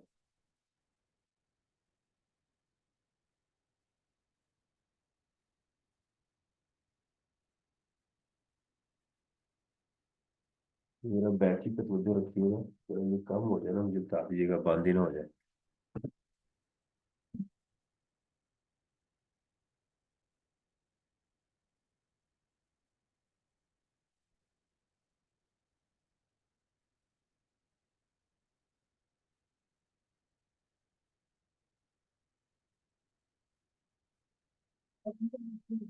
कॉलम बना के कर लें, बेहतरीन। कॉलम बना के उनका मकसद है आगे लिख लें। उससे क्या होगा कि आपकी ये बचत हो जाएगी। लेकिन मैं पता क्यों एग्जाम में ऐसे काम नहीं करता था, कि एग्जाम में बाज औक़ात जो है ना, सवाल करते करते समझ आती थी कि यार इसमें कुछ चीजें कॉमन नहीं है। पेपर के अंदर मेरी आदत थी कि मैं चीजों को बड़ा एक पैटर्न पे लेके चलता था। ये जब आप सोल्यूशन बना रहे हो, you have a plenty of time, जब वो छलांग लगाने के बाद पता चलता है चीजें कॉमन थी, मेरी बचत हो सकती, लेकिन बचत करते करते ना फंस जाए। इसलिए आपको याद होगा कि मैंने आपको वो जो tax bond by the employer है उसकी कैलकुलेशन करवाई है, शॉर्टकट नहीं मैं लेके गया, क्योंकि पेपर में शॉर्टकट से अवॉइड करना चाहिए। वो बंदा ऐसा फंसता है बाज़ औक़ात कि उसको समझ नहीं आती कि मैं निकलूं कैसे। यानी आप, इनका कहने का मकसद है कि ये सारी चीजें हम ऐसे करके यहाँ सिर्फ हेडिंग देख के स्पेकुलेटिव इनकम की यहाँ कर सकते थे, ठीक है, ऐसे की जा सकती थी। यहाँ बिजनेस इनकम नहीं तो यहाँ वो लिख देते, तो ये बचत हो सकती थी। मैं आपको जो काम करवाता हूँ ना, वो आपके लेवल पे जाके करवाता हूँ।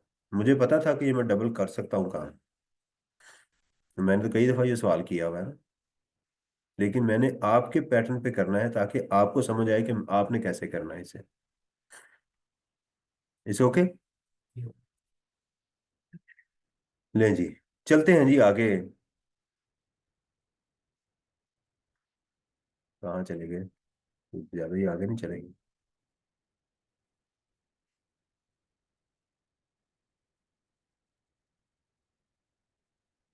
क्वेश्चन नंबर 14 है जी, discuss the provision of this regarding set off and carry forward of losses under the head income from business and speculative income. तो ये आसान है वैसे, कि आप पहले बताएंगे कि बिजनेस लॉसेस जो है वो सेट ऑफ हो सकते हैं, लेकिन और 6 साल तक सेट ऑफ हो सकते हैं, और unadjusted losses shell be carried forward for the next 6 year.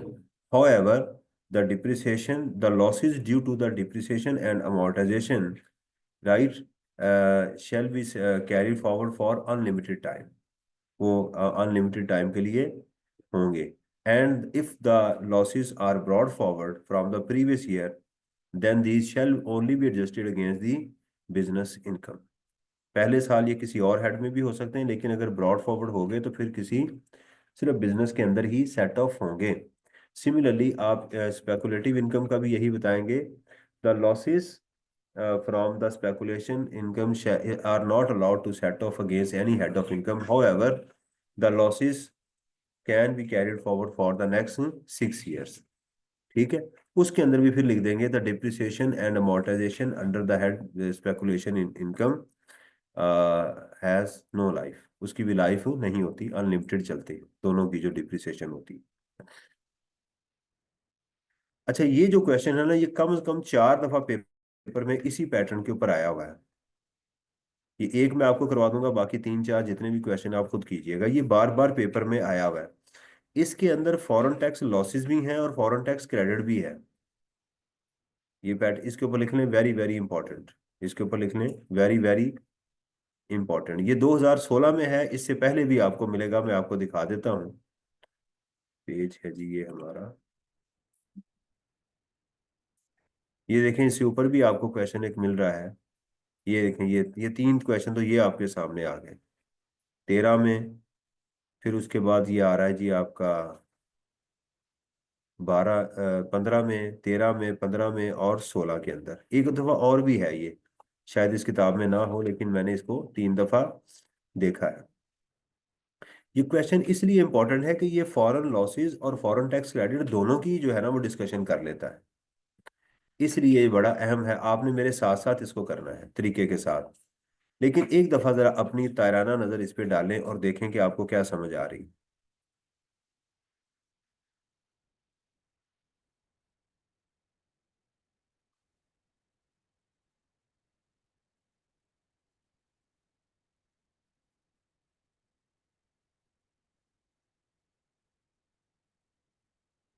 किताब में देखें जरा. मैंने इसके ऊपर थोड़ा सा काम करना है, इसलिए देखा ना कैसी टाइमिंग है. चाय आ गई ना. Thank you.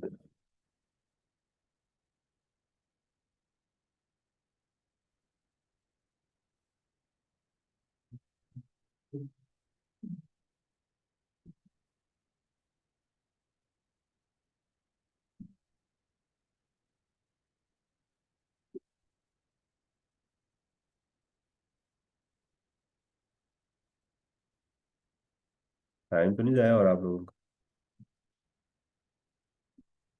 कुछ बच्चे समझते हैं ना यार, आता है मुझे लॉसेस, मैं कर लूंगा.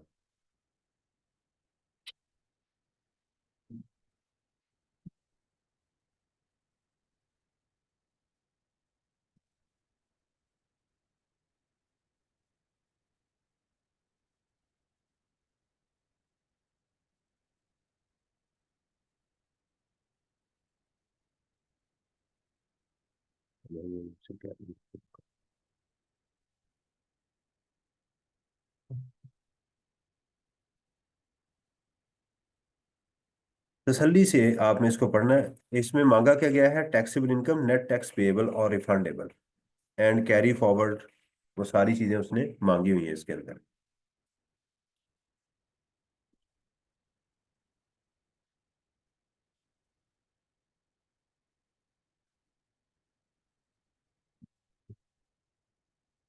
सबसे पहली लाइन को जरा एनालिसिस करें एक एक करके. सबसे पहली लाइन को जरा एनालाइज करें. On 1 July, Mehreen joined a local newspaper as investigative journalist as a salary of 3 lakh per month. Tax deducted under, ये दो, इस लाइन से क्या समझ आई है आपको? सैलरी 36 लाख रुपए सैलरी है. और ये जो 15,000 पर मंथ है, ये क्या है? इसका क्या ताल्लुक है? बिल्कुल, ये बिल्कुल आखिरी हमारी आइटम होगी. तो इस लाइन के अंदर एक उसने हमें इनकम की आइटम बता दी और एक टैक्स की इंफॉर्मेशन बता दी. अब चीजों को प्लांट करना सीखें. कि ये जो इंफॉर्मेशन है मेरे सवाल में कहाँ जा रही है। जितना तसल्ली से करेंगे आपको ये सवाल तंग नहीं करेंगे। इंफॉर्मेशन को अब आपका व्यू डिफरेंट होना चाहिए। अब आप पार व्यू देखें, ऊपर से देखें चीजों को। हाँ यार, ये बात की जा रही है, मेरे सवाल में इसका ये ताल्लुक है। सेल्स टैक्स देख रहे हैं तो सेल्स टैक्स में इनपुट है, ये आउटपुट है, उसकी एडजस्टमेंट जारी। इंशाल्लाह अगर मेरी डॉटेड लाइंस को फॉलो करेंगे फेल नहीं होंगे आप।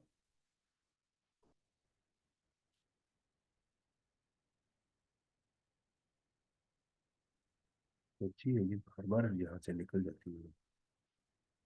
आगे, following are the details her business her income received from Germany, tax paid and brought forward foreign losses for this, उसने ये भी बता दिया। ठीक है, तो ये जो उसको जर्मनी से आई हैं ये क्या है, अब देखिएगा स्पेकुलेशन, ये सारी कहाँ से है, जर्मनी से। फॉरेन सोर्स इनकम है। जब भी फॉरेन सोर्स इनकम आएगी तो आपको यहाँ रहते हुए चैप्टर 1 के अंदर क्या देखना पड़ेगा, returning expatriate, short term resident, वो चीज़ें साथ सोचनी होगी। जब भी फॉरेन सोर्स इनकम आएगी तो आपको वो चीज़ें फॉरेन जहन में लानी होगी, कहीं उस तरफ तो नहीं है।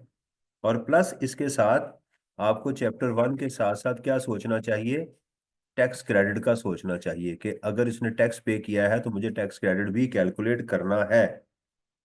ओके। स्पेकुलेशन बिजनेस है जी उसका 6 लाख रुपए का। ठीक है, फॉरेन टैक्स पे उसने ये कर दिया है, तो ये अमाउंट हमारी किस लिए होगी, टैक्स क्रेडिट की इंफॉर्मेशन जो है ये हमें उसके लिए इंपॉर्टेंट है।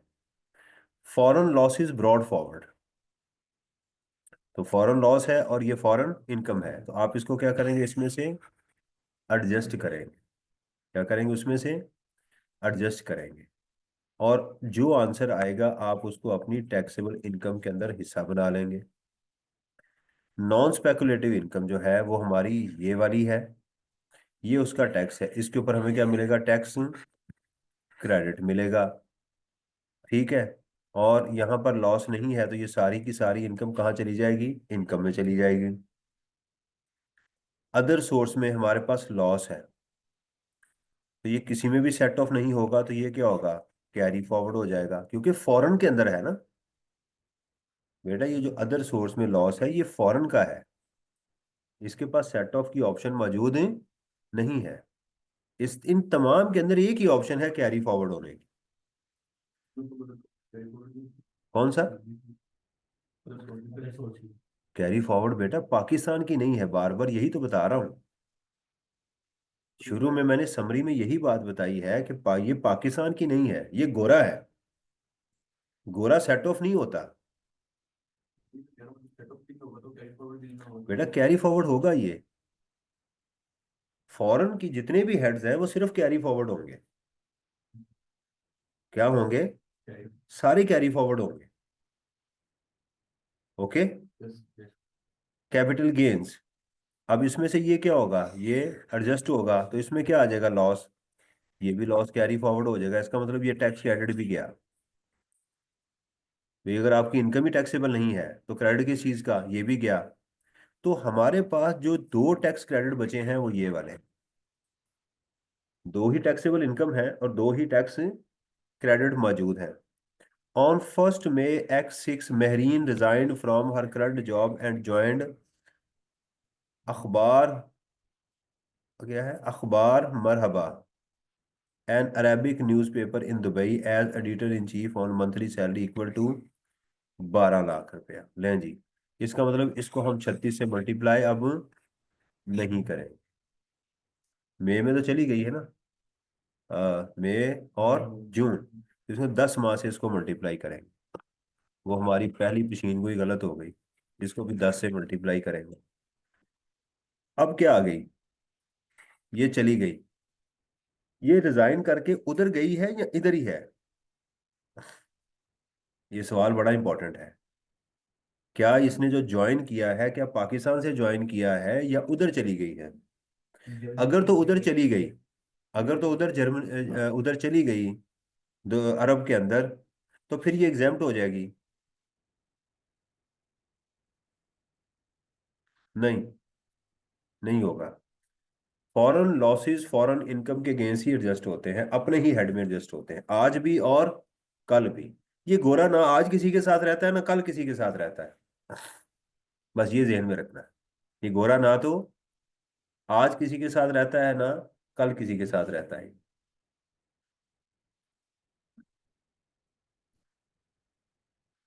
हाँ, अब ये देखिएगा, ये लाइन इंपॉर्टेंट थी। Mehreen remained in Dubai during the rest of the tax year. अगर ये लाइन ना लिखी होती तो मेरे लिए ये चीज मुसीबत बन जाती, इसका क्या ट्रीटमेंट करूं। क्योंकि लॉ में ये लिखा हुआ है, if a person leave during a tax year and remains abroad then his foreign source salary shall be exempt. अब जब उसने बता दिया है कि वो गया और रिमेन्ड है, तो अब ये एग्जेम्प्ट हो जाएगी। ये इसका 24 लाख रुपया क्या होगा, एग्जेम्प्ट हो जाएगा, 2 माह की सैलरी। अब आप लिखेंगे कि ये एग्जेम्प्ट है। तो कैसा जबरदस्त सवाल है, एग्जेम्प्ट इनकम भी आ गई, फॉरेन सोर्स इनकम भी आ गई, पाकिस्तान सोर्स इनकम भी आ गई, और एडवांस टैक्स भी आ गया, फॉरेन में भी और इधर भी। कहता है जी, AM paid 50% of are salary in Dubai and remitted the remaining. इसका इसके कुछ साथ कोई ताल्लुक नहीं है। ये किसके लिए था, ये शॉर्ट टर्म रेजिडेंट की लाइन थी, तो ये तो शॉर्ट टर्म रेजिडेंट नहीं है।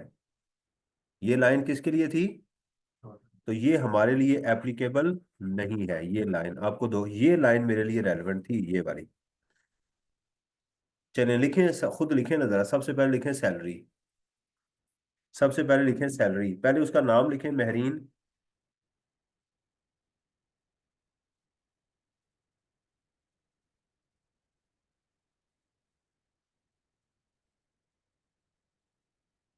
आप बताएं, अगर आप ये सवाल ना करते तो फिर मसला होना था ना।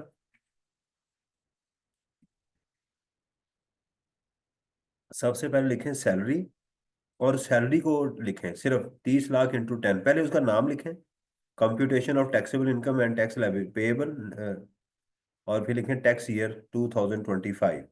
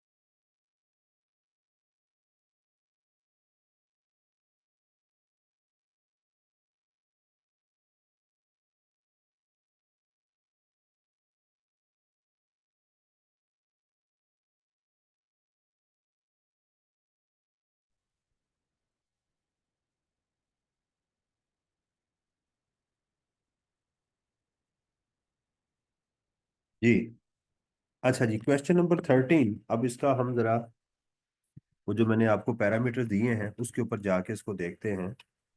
कि सबसे पहले उसका नाम मिस महरीन आ गया, टैक्स ईयर, कंप्यूटेशन ऑफ, मैं पहले इसको लिखता हूँ तरतीब से, कोई मसला नहीं है। पहले आगे जी पाकिस्तान सोर्स इनकम, ये देखिएगा, साथ साथ लिख रहे हैं, 3 लाख इंटू 10। तो यहाँ आप ऑब्वियसली रुपीज लिखेंगे, तो 30 लाख की ये इनकम आ गई। फॉरेन सोर्स इनकम, ये देखिएगा, सबसे पहले उसकी स्पेकुलेटिव इनकम आ गई, तो ये आ गई स्पेकुलेटिव इनकम। ठीक है जी, वो 6 लाख रुपया गिवन थी, और लेस ब्रॉड फॉरवर्ड आपने लॉसेस को माइनस किया, तो टैक्सेबल कितनी हो गई ये। नॉन स्पेकुलेटिव बिजनेस इनकम हमारे पास है इधर, जी बिल्कुल है, 14 लाख की, और उसमें कोई लॉस नहीं था, डायरेक्ट हमारी टैक्सेबल हो गई। लॉस अंडर अदर सोर्सेज, ठीक है, तो ये क्या होगी हमारी, कैरी फॉरवर्ड हो गई, ये वाली इनकम जो मैंने आपको बताई थी। कैपिटल गेन आ गया 9.5 लाख, ये वाली अमाउंट, और इसमें से 18 लाख को आपने एडजस्ट किया, तो ये मजीद क्या हो गई, ये भी कैरी फॉरवर्ड हो गई।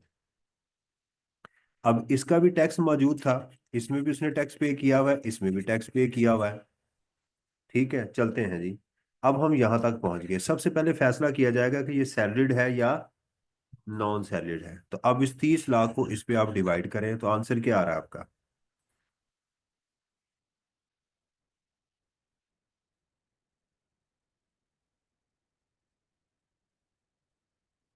3 डिवाइडेड बाई 4.7 कर लेना लालू। 64%, तो क्या हो गया, नॉन सैलरीड, नॉन सैलरीड हो गया ना। तो नॉन सैलरीड के लिए हम रेट देखते हैं।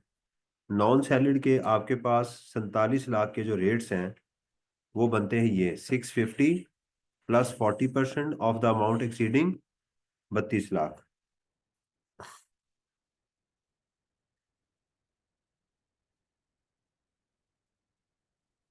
तो ये आ गया। तो ये हम लिखेंगे, आप ऐसे भी कर सकते हैं, लेकिन आपको पता है मैं ऐसे करता हूँ कि मैं एग्जाम में ऐसे लिखता हूँ 650 प्लस, ये पेपर में आपको रेट्स मिल जाएंगे 4.7 मिलियन माइनस 3.2 मिलियन। तो क्या आंसर आ जाएगा आपका, 12,50,000। ये पहले लेवल तक पहुंच गए। यहाँ तक कोई इशू हो?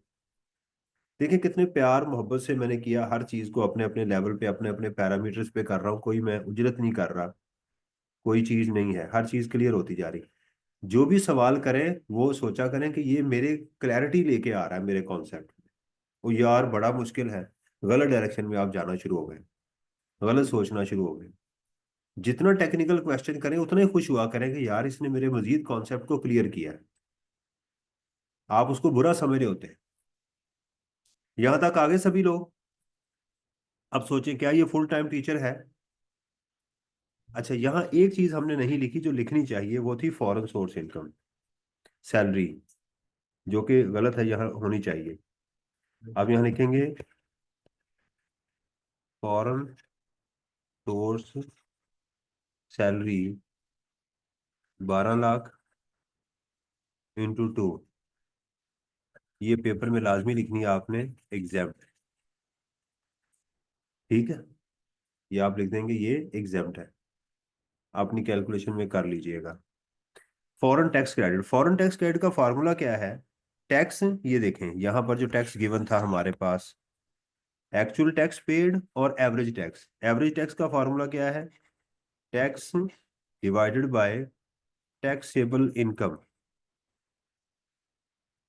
Multiplied by foreign source income. अब चूंकि यहाँ दो फॉरेन सोर्स इनकम है, तो एक हमारे पास ये वाली फॉरेन सोर्स इनकम है, पहले इसका कैलकुलेट करते हैं। उसका एक्चुअल टैक्स कितना है? 1,10,000। टैक्स कितना है हमारे पास? 25 लाख। इसको डिवाइड करेंगे इसके ऊपर, तो ये आ जाएगा 12,50,000 divided by 47 lakh multiplied by foreign source income. तो ये हमारे पास आ गया विच एवर इज लोअर। तो ये माइनस हो गया। यहाँ बैलेंस नहीं करना, दोबारा स्टेप लेना है दूसरी इनकम के लिए, जो नॉन स्पेकुलेटिव इनकम है हमारी, वो ये वाली इस इनकम का। इसके साथ कितना टैक्स था? 187,000। सेम यही फार्मूला आप लिखेंगे, tax divided by taxable income multiplied by ये जो फॉरेन सोर्स इनकम है। तो गलती से ये वाली नहीं उठा लेनी, अपने सोल्यूशन में से उठानी है अमाउंट। जिस अमाउंट पे पे हुआ वो नहीं उठानी, बल्कि पेपर में क्या ले रहे हैं आप, टैक्सेबल क्या ले रहे हैं। कुछ स्टूडेंट ये गलती करेंगे कि यहां से अमाउंट उठा लेंगे, वो गलत होगी। सही है। तो इसके ऊपर अगली टैक्सेबल अमाउंट क्या आ गई, ये देखें, यही फार्मूला मैं लगा रहा हूँ, tax divided by taxable multiply by foreign source income. तो वो ये आ गई विच एवर इज लोअर, ये आ गई, ये हमने माइनस कर दी। तो ये हमारी टैक्स लायबिलिटी आ गई।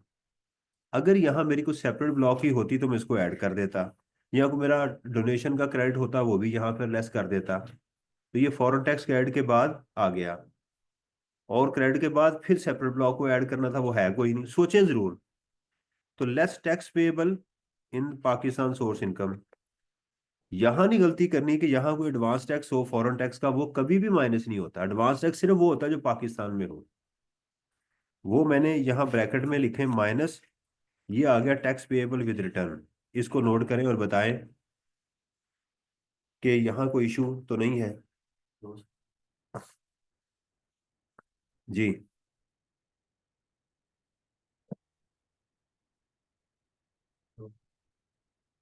नोट कर लेना, इसको कर लेना।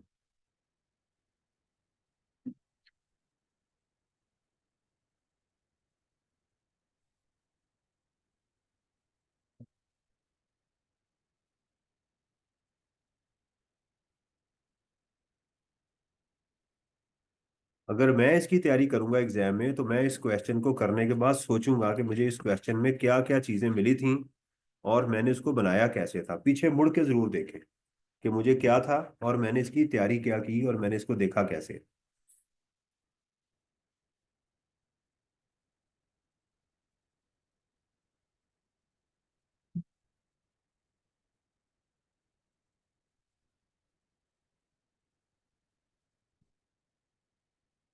क्या आपने टेम्पलेट को फॉलो कर रहा हूँ नहीं कर रहा?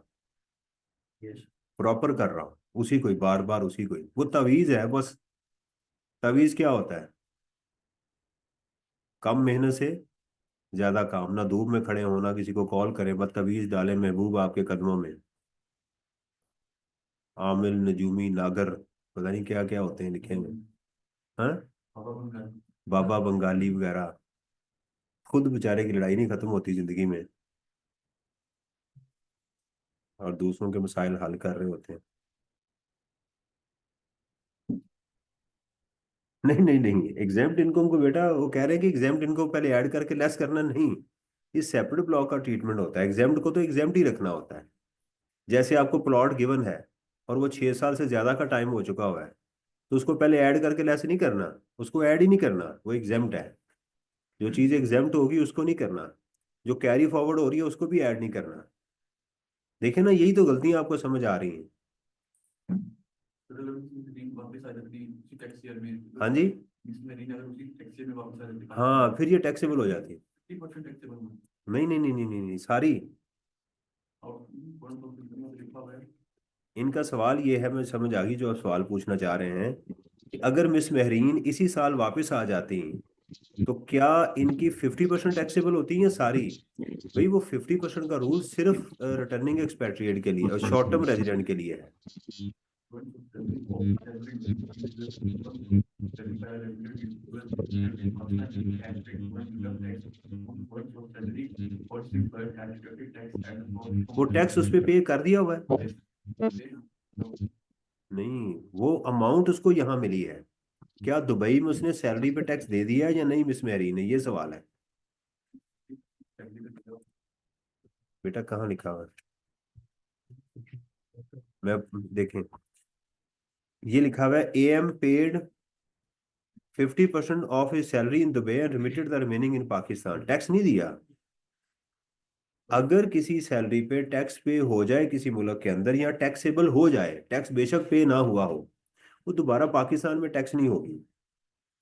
या कोई नेशनल पाकिस्तान का मुल्क छोड़ के गया फिर वापस उसी साल आ गया, वो भी एग्जाम्प्ट नहीं होगी अगर वो रेजिडेंट है तो।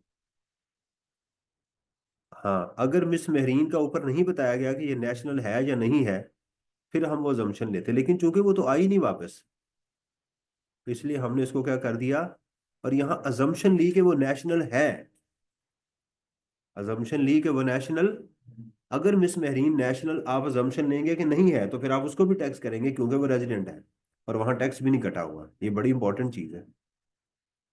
तो आप यहाँ पेपर में कहीं लिख सकते हैं, पेपर में किसी छोटी जगह पर जाके, it is assume that miss Mehreen is a national of Pakistan, अगर नहीं मेंशन किया तो वो बड़ा खुश होगा एग्जामिनर की, यार इस बच्चे ने इतनी बारीकी से इसको देखा है, क्योंकि उसकी लफ्ज है नेशनल का।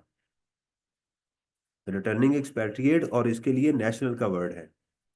एक बच्चे ने हैंड रेज किया है, सर जो भी टैक्स ट्रीटमेंट होगा हम सोचेंगे पाकिस्तान में रहते हुए। मुझे समझ नहीं आई। आमिर बेटा, आप सवाल जो है वो जरा कीजिएगा कि क्या है। सर अस्सलाम वालेकुम। मैं आपको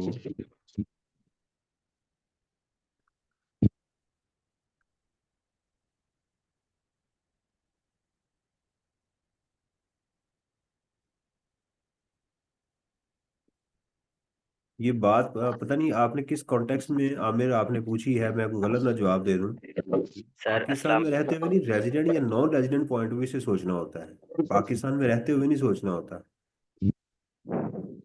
लें जी, अगला सवाल ये देखिएगा, सेम इसी तरह का सवाल आपको मिलेगा।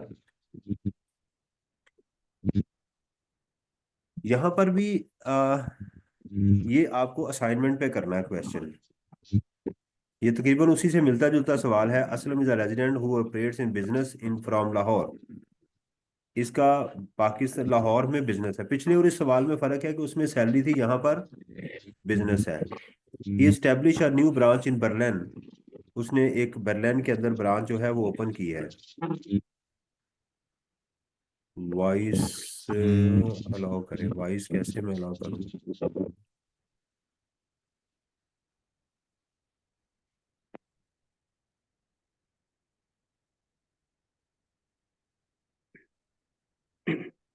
आमिर आपका, मैंने आपको अनम्यूट किया हुआ है। आप अस्सलाम पूछ लें वालेकुम। मेरे से सवाल। एक मिनट ठहरिएगा जी, आप पूछें। सर मैं वो बात पूछ रहा था कि जो फॉरेन सोर्स की इनकम हो या यानी कि लॉस हो, उसको एडजस्ट करना है कि नहीं। हम इधर पाकिस्तान में रहते हुए सोचेंगे कि पाकिस्तान में उसको उसका ट्रीटमेंट होगा या नहीं। ये मुझे सवाल नहीं, पाकिस्तान में से क्या मुराद है? पाकिस्तान में क्या रहते हुए सोचेंगे? मुझे कोई मतलब स्पेसिफिक। अगर किसी बंदे की यानी कि फॉरेन सोर्स इनकम है या उधर उसका लॉस है, हम ये सोचेंगे इधर पाकिस्तान में बैठ करके वो इनकम उसकी पाकिस्तान में टैक्सेबल होगी या नहीं होगी। ये तो लॉ में कहीं भी चीज मेंशन नहीं है कि आप कहाँ बैठ के इसको कैलकुलेट करेंगे। रेजिडेंट का सोचा जाता है कि वो बंदा रेजिडेंट है या नॉन रेजिडेंट है। अच्छा सर, आप पूरी सही। दुनिया किसी जगह पर भी बैठ के उसकी इनकम को कैलकुलेट कर सकते हैं। ठीक है। ठीक है सर। ठीक है रहने सर। का नहीं है उसके लिए, सिर्फ ये है। और उसका रिसीट करने का भी कोई इशू नहीं है कि जी वो ठीक इनकम सर। कहाँ रिसीव हो रही है, उसका भी इसके साथ कोई ताल्लुक नहीं है। अगर आपकी यस। फॉरेन इनकम है वो पाकिस्तान में है या बाहर है, तो देखा जाएगा कि ये रेजिडेंट है या नहीं है। अगर तो आप नॉन रेजिडेंट है तो फिर तो आप फॉरेन सोर्स इनकम को वैसे ही निकाल देंगे, फिर तो सोचेंगे नहीं। यस सर, समझ आ गया जी ठीक है। सर।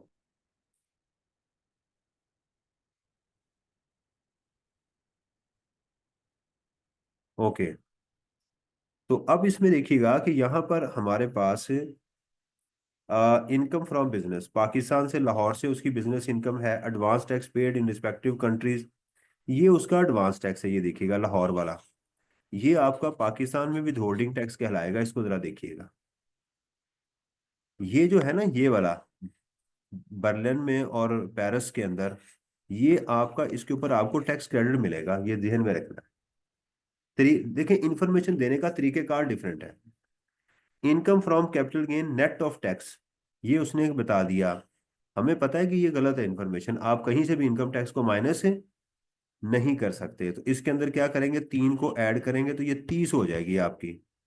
तो पेरिस से आपकी बिजनेस इनकम भी है और पेरिस से आपकी स्पेकुलेटिव इनकम भी है। अच्छा जी, carry forward losses, losses from business ये वाले 55 के आ गए, और कैपिटल लॉसेस ये वाले आ गए। ठीक है। अच्छा, यहां पर देखिएगा कि ये लॉस भी आपके पास मौजूद है 15 15 का पेरिस के अंदर। अब इस सवाल के अंदर आप उसने इंफॉर्मेशन ऐसे, अब फिर अपने दोबारा उसी तरीके पे आ जाएंगे। आप सबसे पहले बिजनेस को देखें, बिजनेस की कैलकुलेशन करेंगे। असाइनमेंट दे रहा हूं लेकिन इसको करना है आपने। एडवांस टैक्स जो है इसकी तो आप ट्रीटमेंट जाके टैक्स में करेंगे, बेशक वो पाकिस्तान का है या फॉरेन का है। इसका तो मेरे इनकम के साथ कोई फिलहाल ताल्लुक नहीं है। उसके बाद आप जाएंगे इसमें फॉरेन के अंदर। फॉरेन में आप पहले बिजनेस इनकम को लिखें। बिजनेस में कितनी है इसकी, 40, और इसकी कितनी है, 15। तो 40 में से ये 15 माइनस करें, जो भी आंसर आ रहा है। तो पहले बिजनेस को सेट कर लें। बिजनेस के अंदर आप देखें लॉस फ्रॉम बिजनेस उसका ब्रॉड फॉरवर्ड भी होके आ रहा है, ये वाली अमाउंट जो है। तो इसकी लेस कर दें, ब्रॉड फॉरवर्ड। ठीक है। एडजस्ट करने के बाद आप मेन पे आ जाए। अगर कुछ अमाउंट बचती है तो मेरा ख्याल है बचेगी कुछ नहीं, 55 का तो पीछे से लॉस आ रहा है, तो ये सारे का सारा कैरी फॉरवर्ड हो जाएगा। फिर आपका बचता है कैपिटल लॉसेस। कैपिटल गेन आपका बचेगा और वो भी फॉरेन का है। वो कैपिटल गेन कितना है आपका, 30 का। ठीक है। और इसका कितना है, ब्रॉड फॉरवर्ड कितना है, 6 का।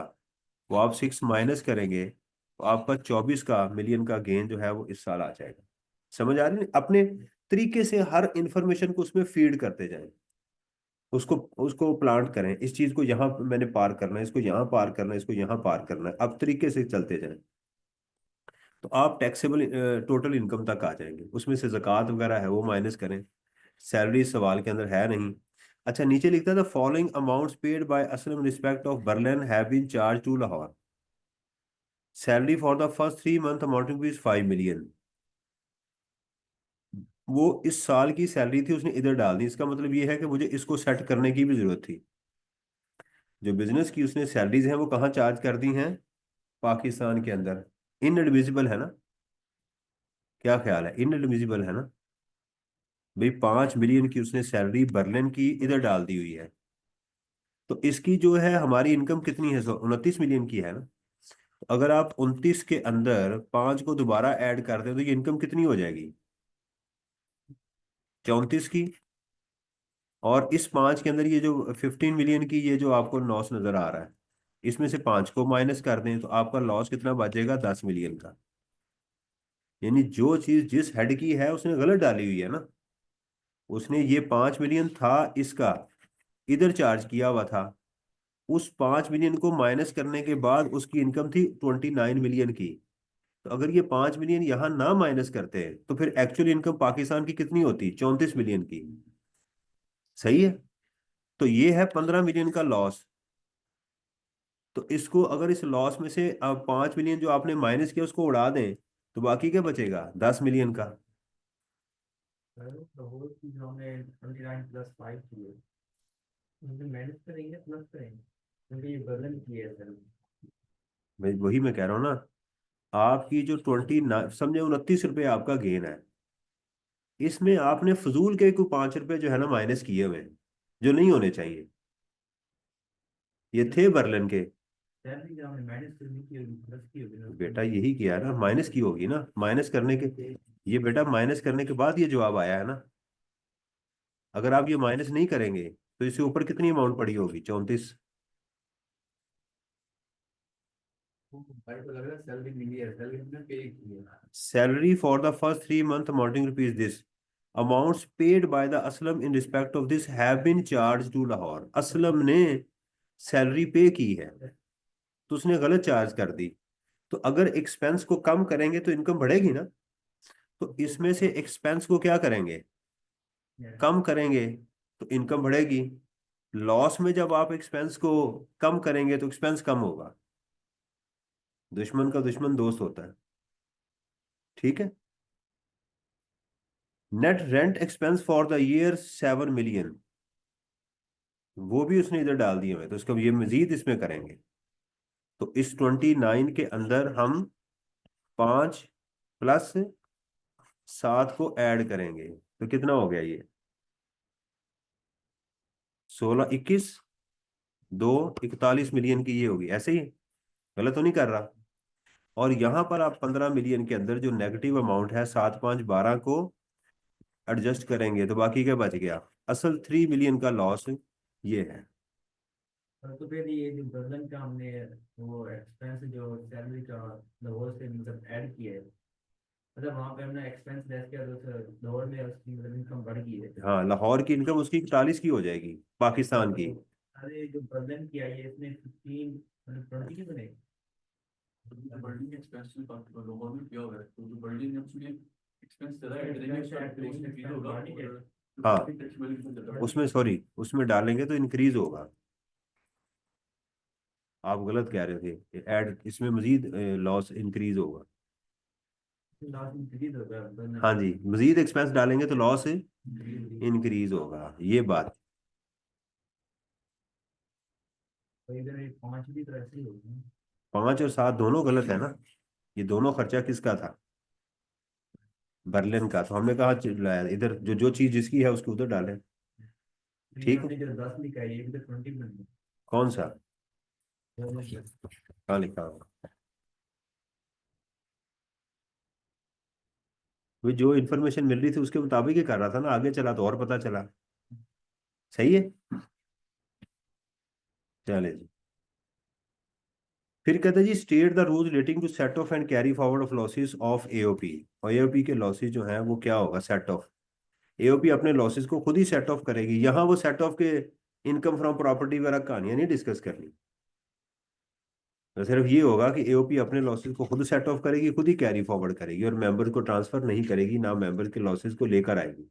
That's it. 2 नंबर मिल जाएंगे आपको। सवाल को समझना है। यहाँ अगर आपने सेट ऑफ के सारे रूल बता दिए, कैरी फॉरवर्ड के रूल बता दिए, कहेगा फिर आओ इसको सवाल, यानी पढ़ना ही नहीं इसको आ रहा ना, उसने सिर्फ एओपी का पूछा है आपसे एंड इट्स मेंबर का, तो मेंबर भी अपना खुद ही करेंगे सेट ऑफ और carry forward. Explain the term foreign loss. Foreign loss क्या होता है? State the provision relating to set off and carry forward of foreign losses under the income tax. 4 नंबर का है। पहले आप फॉरेन लॉस को बताएंगे, फॉरेन लॉस क्या होता है, फिर आप उसके रूल्स बताएंगे कि इसको सेट ऑफ हो सकते हैं। तो सेट ऑफ की तो ऑप्शन है ही नहीं। आप बताएंगे there is no rules or options available for the foreign source income to be set off, it shall be carried forward to the next 6 years। ये आप बताएं। लें जी, यहां पर फिर उसी तरह का सवाल आ गया इमेजिनेटिव एंटरप्राइजेस का। लेकिन बार बार इंफॉर्मेशन थोड़ी सी चेंज हो के मिल रही है। Calculate total tax payable and foreign losses to be carried forward to the next period if any. 8 number का सवाल। Imaginative is an AOP was formed 2 years ago during the last year। Pakistan source income amounting rupees 25 lakh रुपया। 25 लाख की इसकी income है पाकिस्तान से। The following are the detail of foreign source income. ये सारी की सारी फॉरेन सोर्स इनकम है उसकी। Tax paid there on foreign losses. Speculative income, देखें तकरीबन वो जो सवाल आज हमने किया है उससे मिलता जुलता है ना। तो स्पेकुलेटिव बिजनेस इनकम ये फॉरेन की है, और इसमें से ये एडजस्ट करेंगे तो बाकी टैक्सेबल कितनी बच गई? 2.5 लाख की। इसके ऊपर आपको टैक्स क्रेडिट मिल जाएगा। नॉन स्पेकुलेटिव ये सारी की सारी कैरी फॉरवर्ड हो जाएगी। कैपिटल गेन ये इसमें करेंगे तो 750, ये भी कैरी फॉरवर्ड हो जाएगा। और अदर सोर्सेज ये आपकी आ जाएगी 12 लाख 50 तकरीबन। देखें रेप्लिका है उसी का। उसमें उसने यहाँ क्या किया था? सैलरी डाल दी थी उस सवाल में। यहाँ उसने क्या किया? बिजनेस इनकम डाल दी है, और इसके ऊपर भी आपको टैक्स क्रेडिट मिलेगा। The foreign tax credit relating to income from other sources which remained unadjustable during the tax year this. ये ऐसी कहानी थी। जैसे ये देखें, इसका आपको क्या फायदा मिलेगा? इसका कोई फायदा मिलेगा? नहीं मिलेगा ना। इसी तरह पिछले साल भी कोई आपका अनएडजस्टेड पड़ा हुआ था, तो ये लाइन आपको कहानी सुनाने के लिए थी, हमारे लिए अवेलेबल नहीं थी। अगर किसी साल आपके फॉरेन लॉसेज एडजस्ट ना हो सके तो अगले साल वो कैरी फॉरवर्ड नहीं होते। तो ये सिर्फ आपको कंफ्यूज करने के लिए एक लाइन थी। Okay. Discuss the praevia of income tax regarding set off and के, फिर रिपीट हो गया। Discuss the taxability of speculation business, ये भी आ गया जी।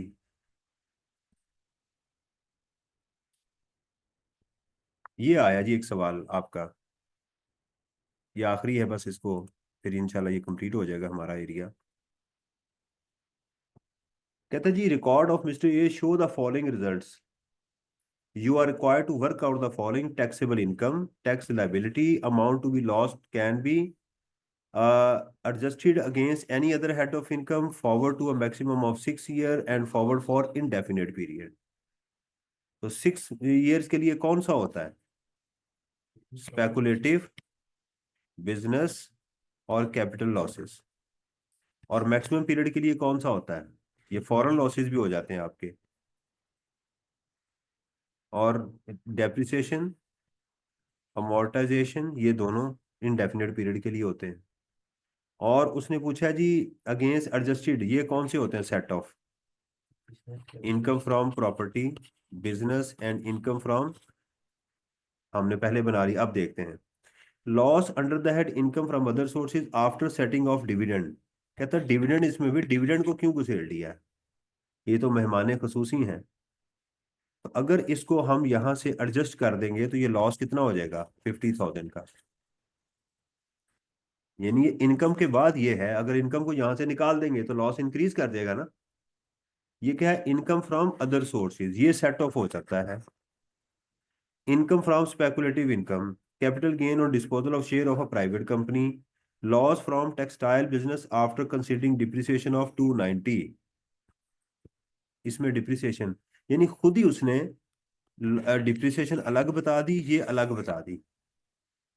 अब देखिएगा 50,000 इसमें एडजस्ट होगा और इसमें एडजस्ट हो जाएगा। जब ये इन दोनों में एडजस्ट हो जाएगा तो बाकी आपकी टैक्सेबल इनकम क्या बचेगी? नील।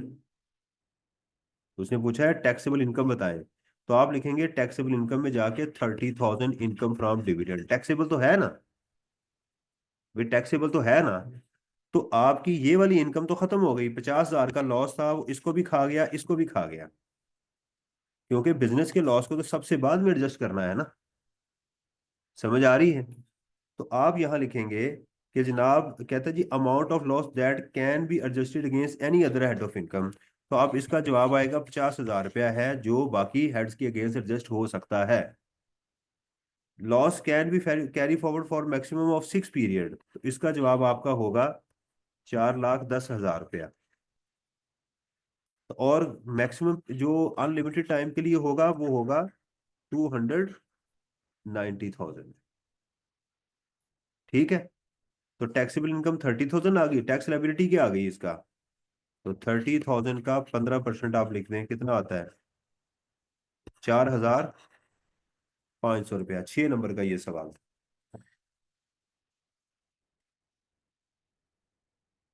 कुछ समझ आई कि नहीं? कि आपकी टैक्सेबल इनकम तो खत्म हो गई। ये सवाल देखें, अगर आप इसको टाइम 1.8 से मल्टीप्लाई करें तो कितना टाइम बनता है?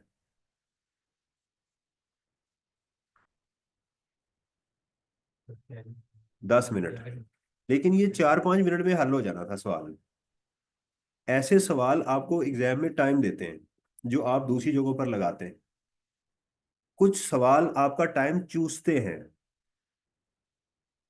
अगर उसके लिए एलोकेटेड टाइम जो 1.8 है वो आपको अगर मिला हुआ है 30 मिनट, तो वो 45 मिनट में सॉल्व हो रहे होते हैं। राइट? ये टाइम सकर होते हैं, कुछ टाइम गिवर होते हैं। ऐसे सवाल आपको यहां से उसने कितने दे दिए? 5 मिनट, जो आपके यहां यूज होंगे। ओके, देखें जी, बाकी discuss brief notes this this this.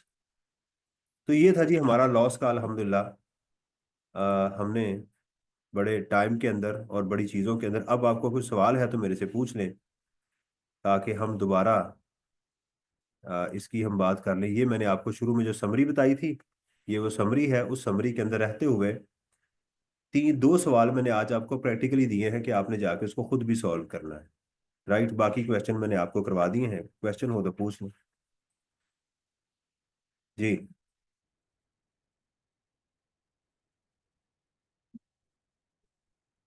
Successfully done,